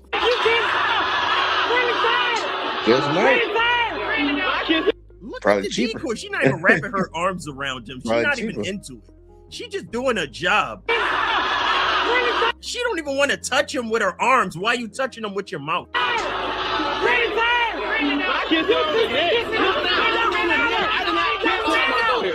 This nigga over there talking about I did not kiss her. Like, bro, you literally on camera kissing the bitch. Like, what he said, I did not kiss her. Yes, you are. You were looking at it. Seen on the Maury Show and other circumstances. Reese, you know you want to be a decoy now. I don't even have a rebuttal for that. Shut up. We put Terrence in a green room with a sexy decoy. This is what we found out.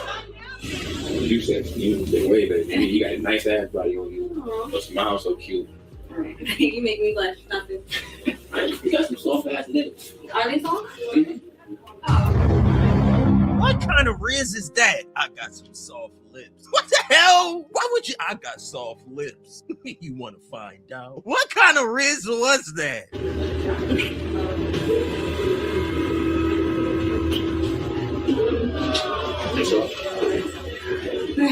He talking about are they soft? What? I was going to get a little freaky for you. What you mean you were? Why the fuck is she in the windowsill? Like why is she in the windowsill? There's two couches here. She is trembling. This man was her whole life. Your mom wanted us to find out, and guess what? You were in the green room the other day, and we had a decoy, a teenage decoy in there. Mari hired teenage decoys? Getting me on. Is that even legal? Is that even legal? How the fuck can you get a teenage decoy? He gonna emphasize teenage. How do you even put that together? What are they talking about? Like a 3 or something like that. You know what? I had one of them. Not a 3, but an or. Look at the word they're using. And this is teenage. Aren't there child labor laws? How the hell do you employ a teenager for this type of work? Something going on that we don't know about. I don't even know what's going on. I don't see nothing wrong with it, Reese. I know you freaking out about it, but look, there's teen actors who film sex scenes in movies and shit. Like, I think you're fine. You're just employing somebody to do a job. Okay, they didn't do nothing. They just made her confess to how freaky deaky they be doing stuff when their parents not around. But before we did this, Devin watches the show a lot, right? So he was really suspicious before he went in that room. Right. But you need to still see what happened. Okay. So what are you gonna say? You? It's terrible. I'm not crazy, though. I'm not seeing the show too many times. You know there's a camera. Why would you kiss her anyway? That don't even make sense. That don't make sense. You know how freaky you gotta be to think in the back of your head, there are cameras watching me. I still need to do this. Do you know how freaky you gotta be? This man knew that this was a decoy setup. He still did it. He didn't care. He did not care.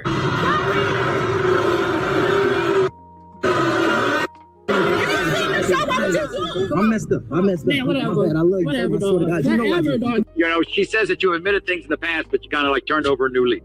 Is that right? This sock brand turned on one new channel and it became the most efficient acquisition tool. The performance literally the next day doubled. Honestly, it's been our most efficient acquisition. That's a crazy ass line to get Heading into October.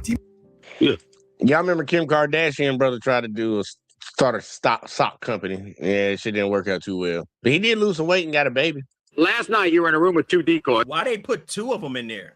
Why did they need 2? This man must be extra freaky. They had to level the stakes. Oh my God. He wanted a demonstration, and that's exactly what he got. Oh no. I can see why. Look, they ain't gonna lie, man. A lot of these girls that they cheating on, I can see why they cheating on them. I ain't justifying it at all, but I can see why. Man, he was some fat, ugly bitches and shit. And they got these skinny, good-looking chicks trying to holler at them. I can see why they cheating. And most niggas gonna fold. These men are pathetic. And the sad part of it, chat will be falling for these same moves. Chat get in that room with a decoy, they gonna be doing the same. Probably so. Y'all would be doing that same thing. Probably so. I'm happy to be here. Y'all just so damn freaky. It is incredible. It's a national epidemic. This infidelity, cheating has me. It's an epidemic. What is it? The coronavirus? What's she talking about? It's a national epidemic. Working 24/7, and it's not only with men, it's with women as well. Women? What? It's incredible. It's disgusting. So what happened last night? Jennifer, you're a beautiful girl. We had Sky put in the green room with a sexy decoy and a hidden camera. If somebody is making this face, that means they did it. That means they did everything you suspecting them of. Reese gonna have the decoy feel on his head. Is my head smooth? Freaky, ah.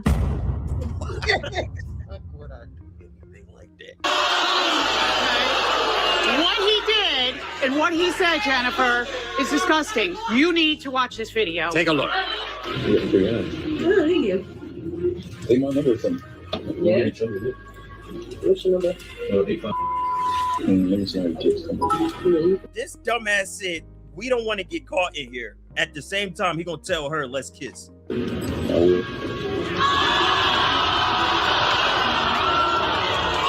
on a break. Is he yelling? I'm on a break. I'm on a break. I'm on a break. And she talking about, oh my God, she giving him that. And she gonna let him have that one. I feel like she gonna forgive him for that. Jeremiah went into the green room last night. He wasn't in there with 1 decoy. He was in there with 2 decoys. Take a look.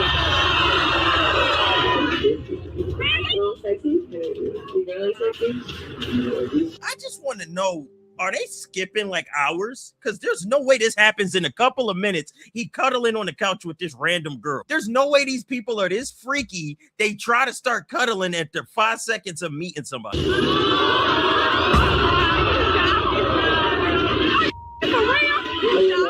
Hey, look at this. It's a done deal.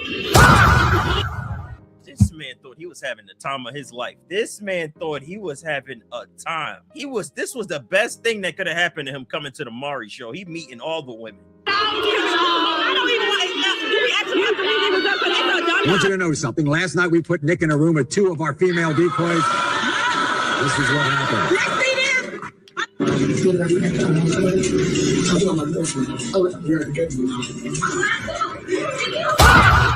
the hell was that? What did he do that move for? Why did he do that to her? What the hell? These people be having the time of their life in there.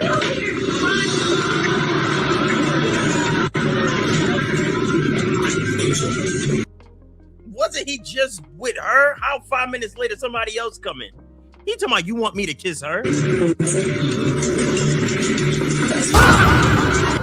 fuck is Maury running?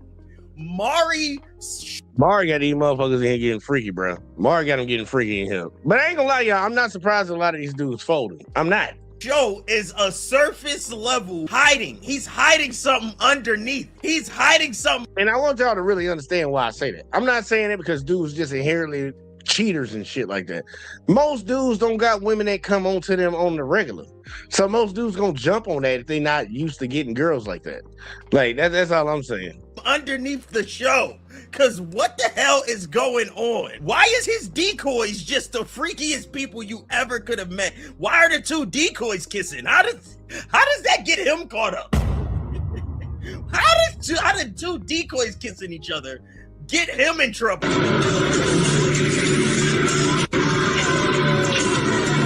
You're running. He ran all the way out there to throw a pillow at that nigga. Making his own X-rated footage. That's what he do. He makes his own little X-rated video. I want to tell you something. Last night, you were in a room with a sexy decoy. I want you to take a look at what happened.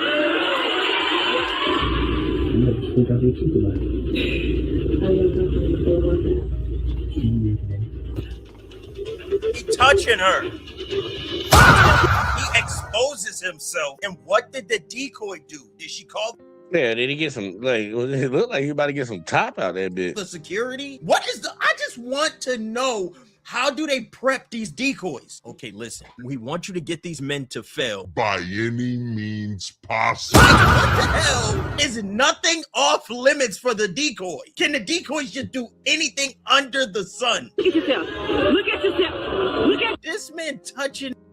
Our bookstore is like a portal. It's neo-Victorian. See, I don't get that right And there, we wanted y'all. our Wix website to be. I ain't gonna hold y'all. That's something that I wouldn't be doing. I'd ask girls, be like, "You ready?" And like, yeah, let's get to it. The motherfucker like, pull your pants off. Like, bitch, that ain't how we do shit. Take them off right there over there so I can see. You out your motherfucking mind.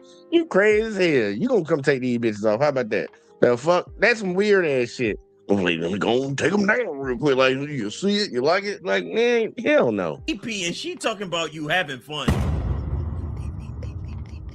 The fucking decoy go ask him, you having fun? She just sitting there watching him talking about you having fun. We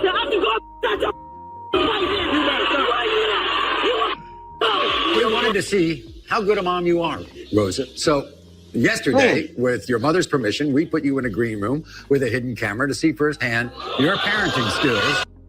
Huh? What kind of decoy got to do with parenting? What the hell? With your son. Take a look. Hello? He's playing with the light. Let's do something about it. Why you push him like that?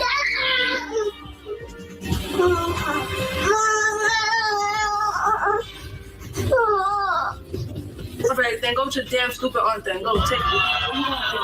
Oh no, this is Bad parenting. Now this ain't Bad even parenting. funny. Child Protective Services need to get involved.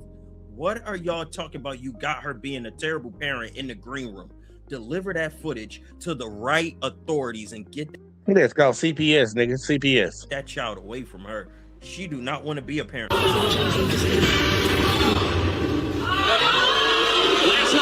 I ain't gonna lie, she look goofy too. That's a goofy looking bitch. I ain't gonna hold you. That's a goofy looking bitch. I ain't gonna hold you. Who laid up with that? Damn. See, ladies, y'all look at me. Even the ugly hoes can get some dick. Even the ugly hoes can get some dick. Brandon was in the green room, and we had a camera in the green room, and our producer put some money and a cell phone in a fake purse in the green room. He was in 60 seconds. This is what happened. They do everything in this goddamn green room. They do babysitting, they do cheating, they do goddamn will you rob somebody test. There is nothing they don't do in this green room. Who stole my $2,500? My son or my nephew? And so they put a random bag to see if he'll touch it. That's how they'll determine if he stole the money.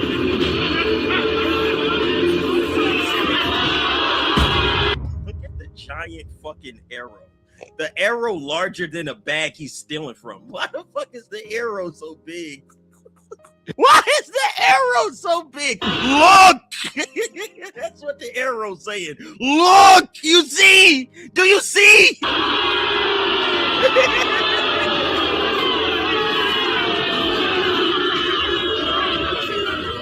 This nigga wasn't done. Look at the arrow. arrow? Why is it coming in from every angle? He didn't even take it. Why they put the arrow on it?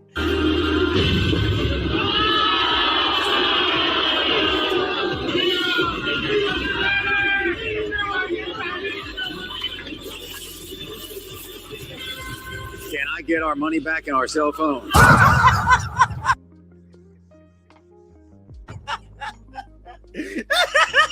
Can I get our money back in our cell? Roy over there, I ain't gonna lie, that nigga's stupid, bro. But look, y'all, we came to the end of the show, man. I ain't finna drag this out no little bit longer, man. Look, we just needed to pick me up after all this crazy shit. We gonna keep covering this Karmelo case and see how it play out, man. But I'm gonna be honest, man, I don't think it's gonna turn out good. But y'all make sure y'all like, subscribe, share, turn notifications on, all that in the bag of chips. Subscribe to all the channels down here at the bottom. We did our first live on TikTok today, man. We might do some more later on, ain't no telling. But and it's gonna be actually I might do some TikTok behind the scenes shit. I'll tell y'all about that in the next one. But yeah, man, y'all be safe, stay out of trouble, and don't do drugs. Don't do drugs. I'll let y'all in the next one as always, man.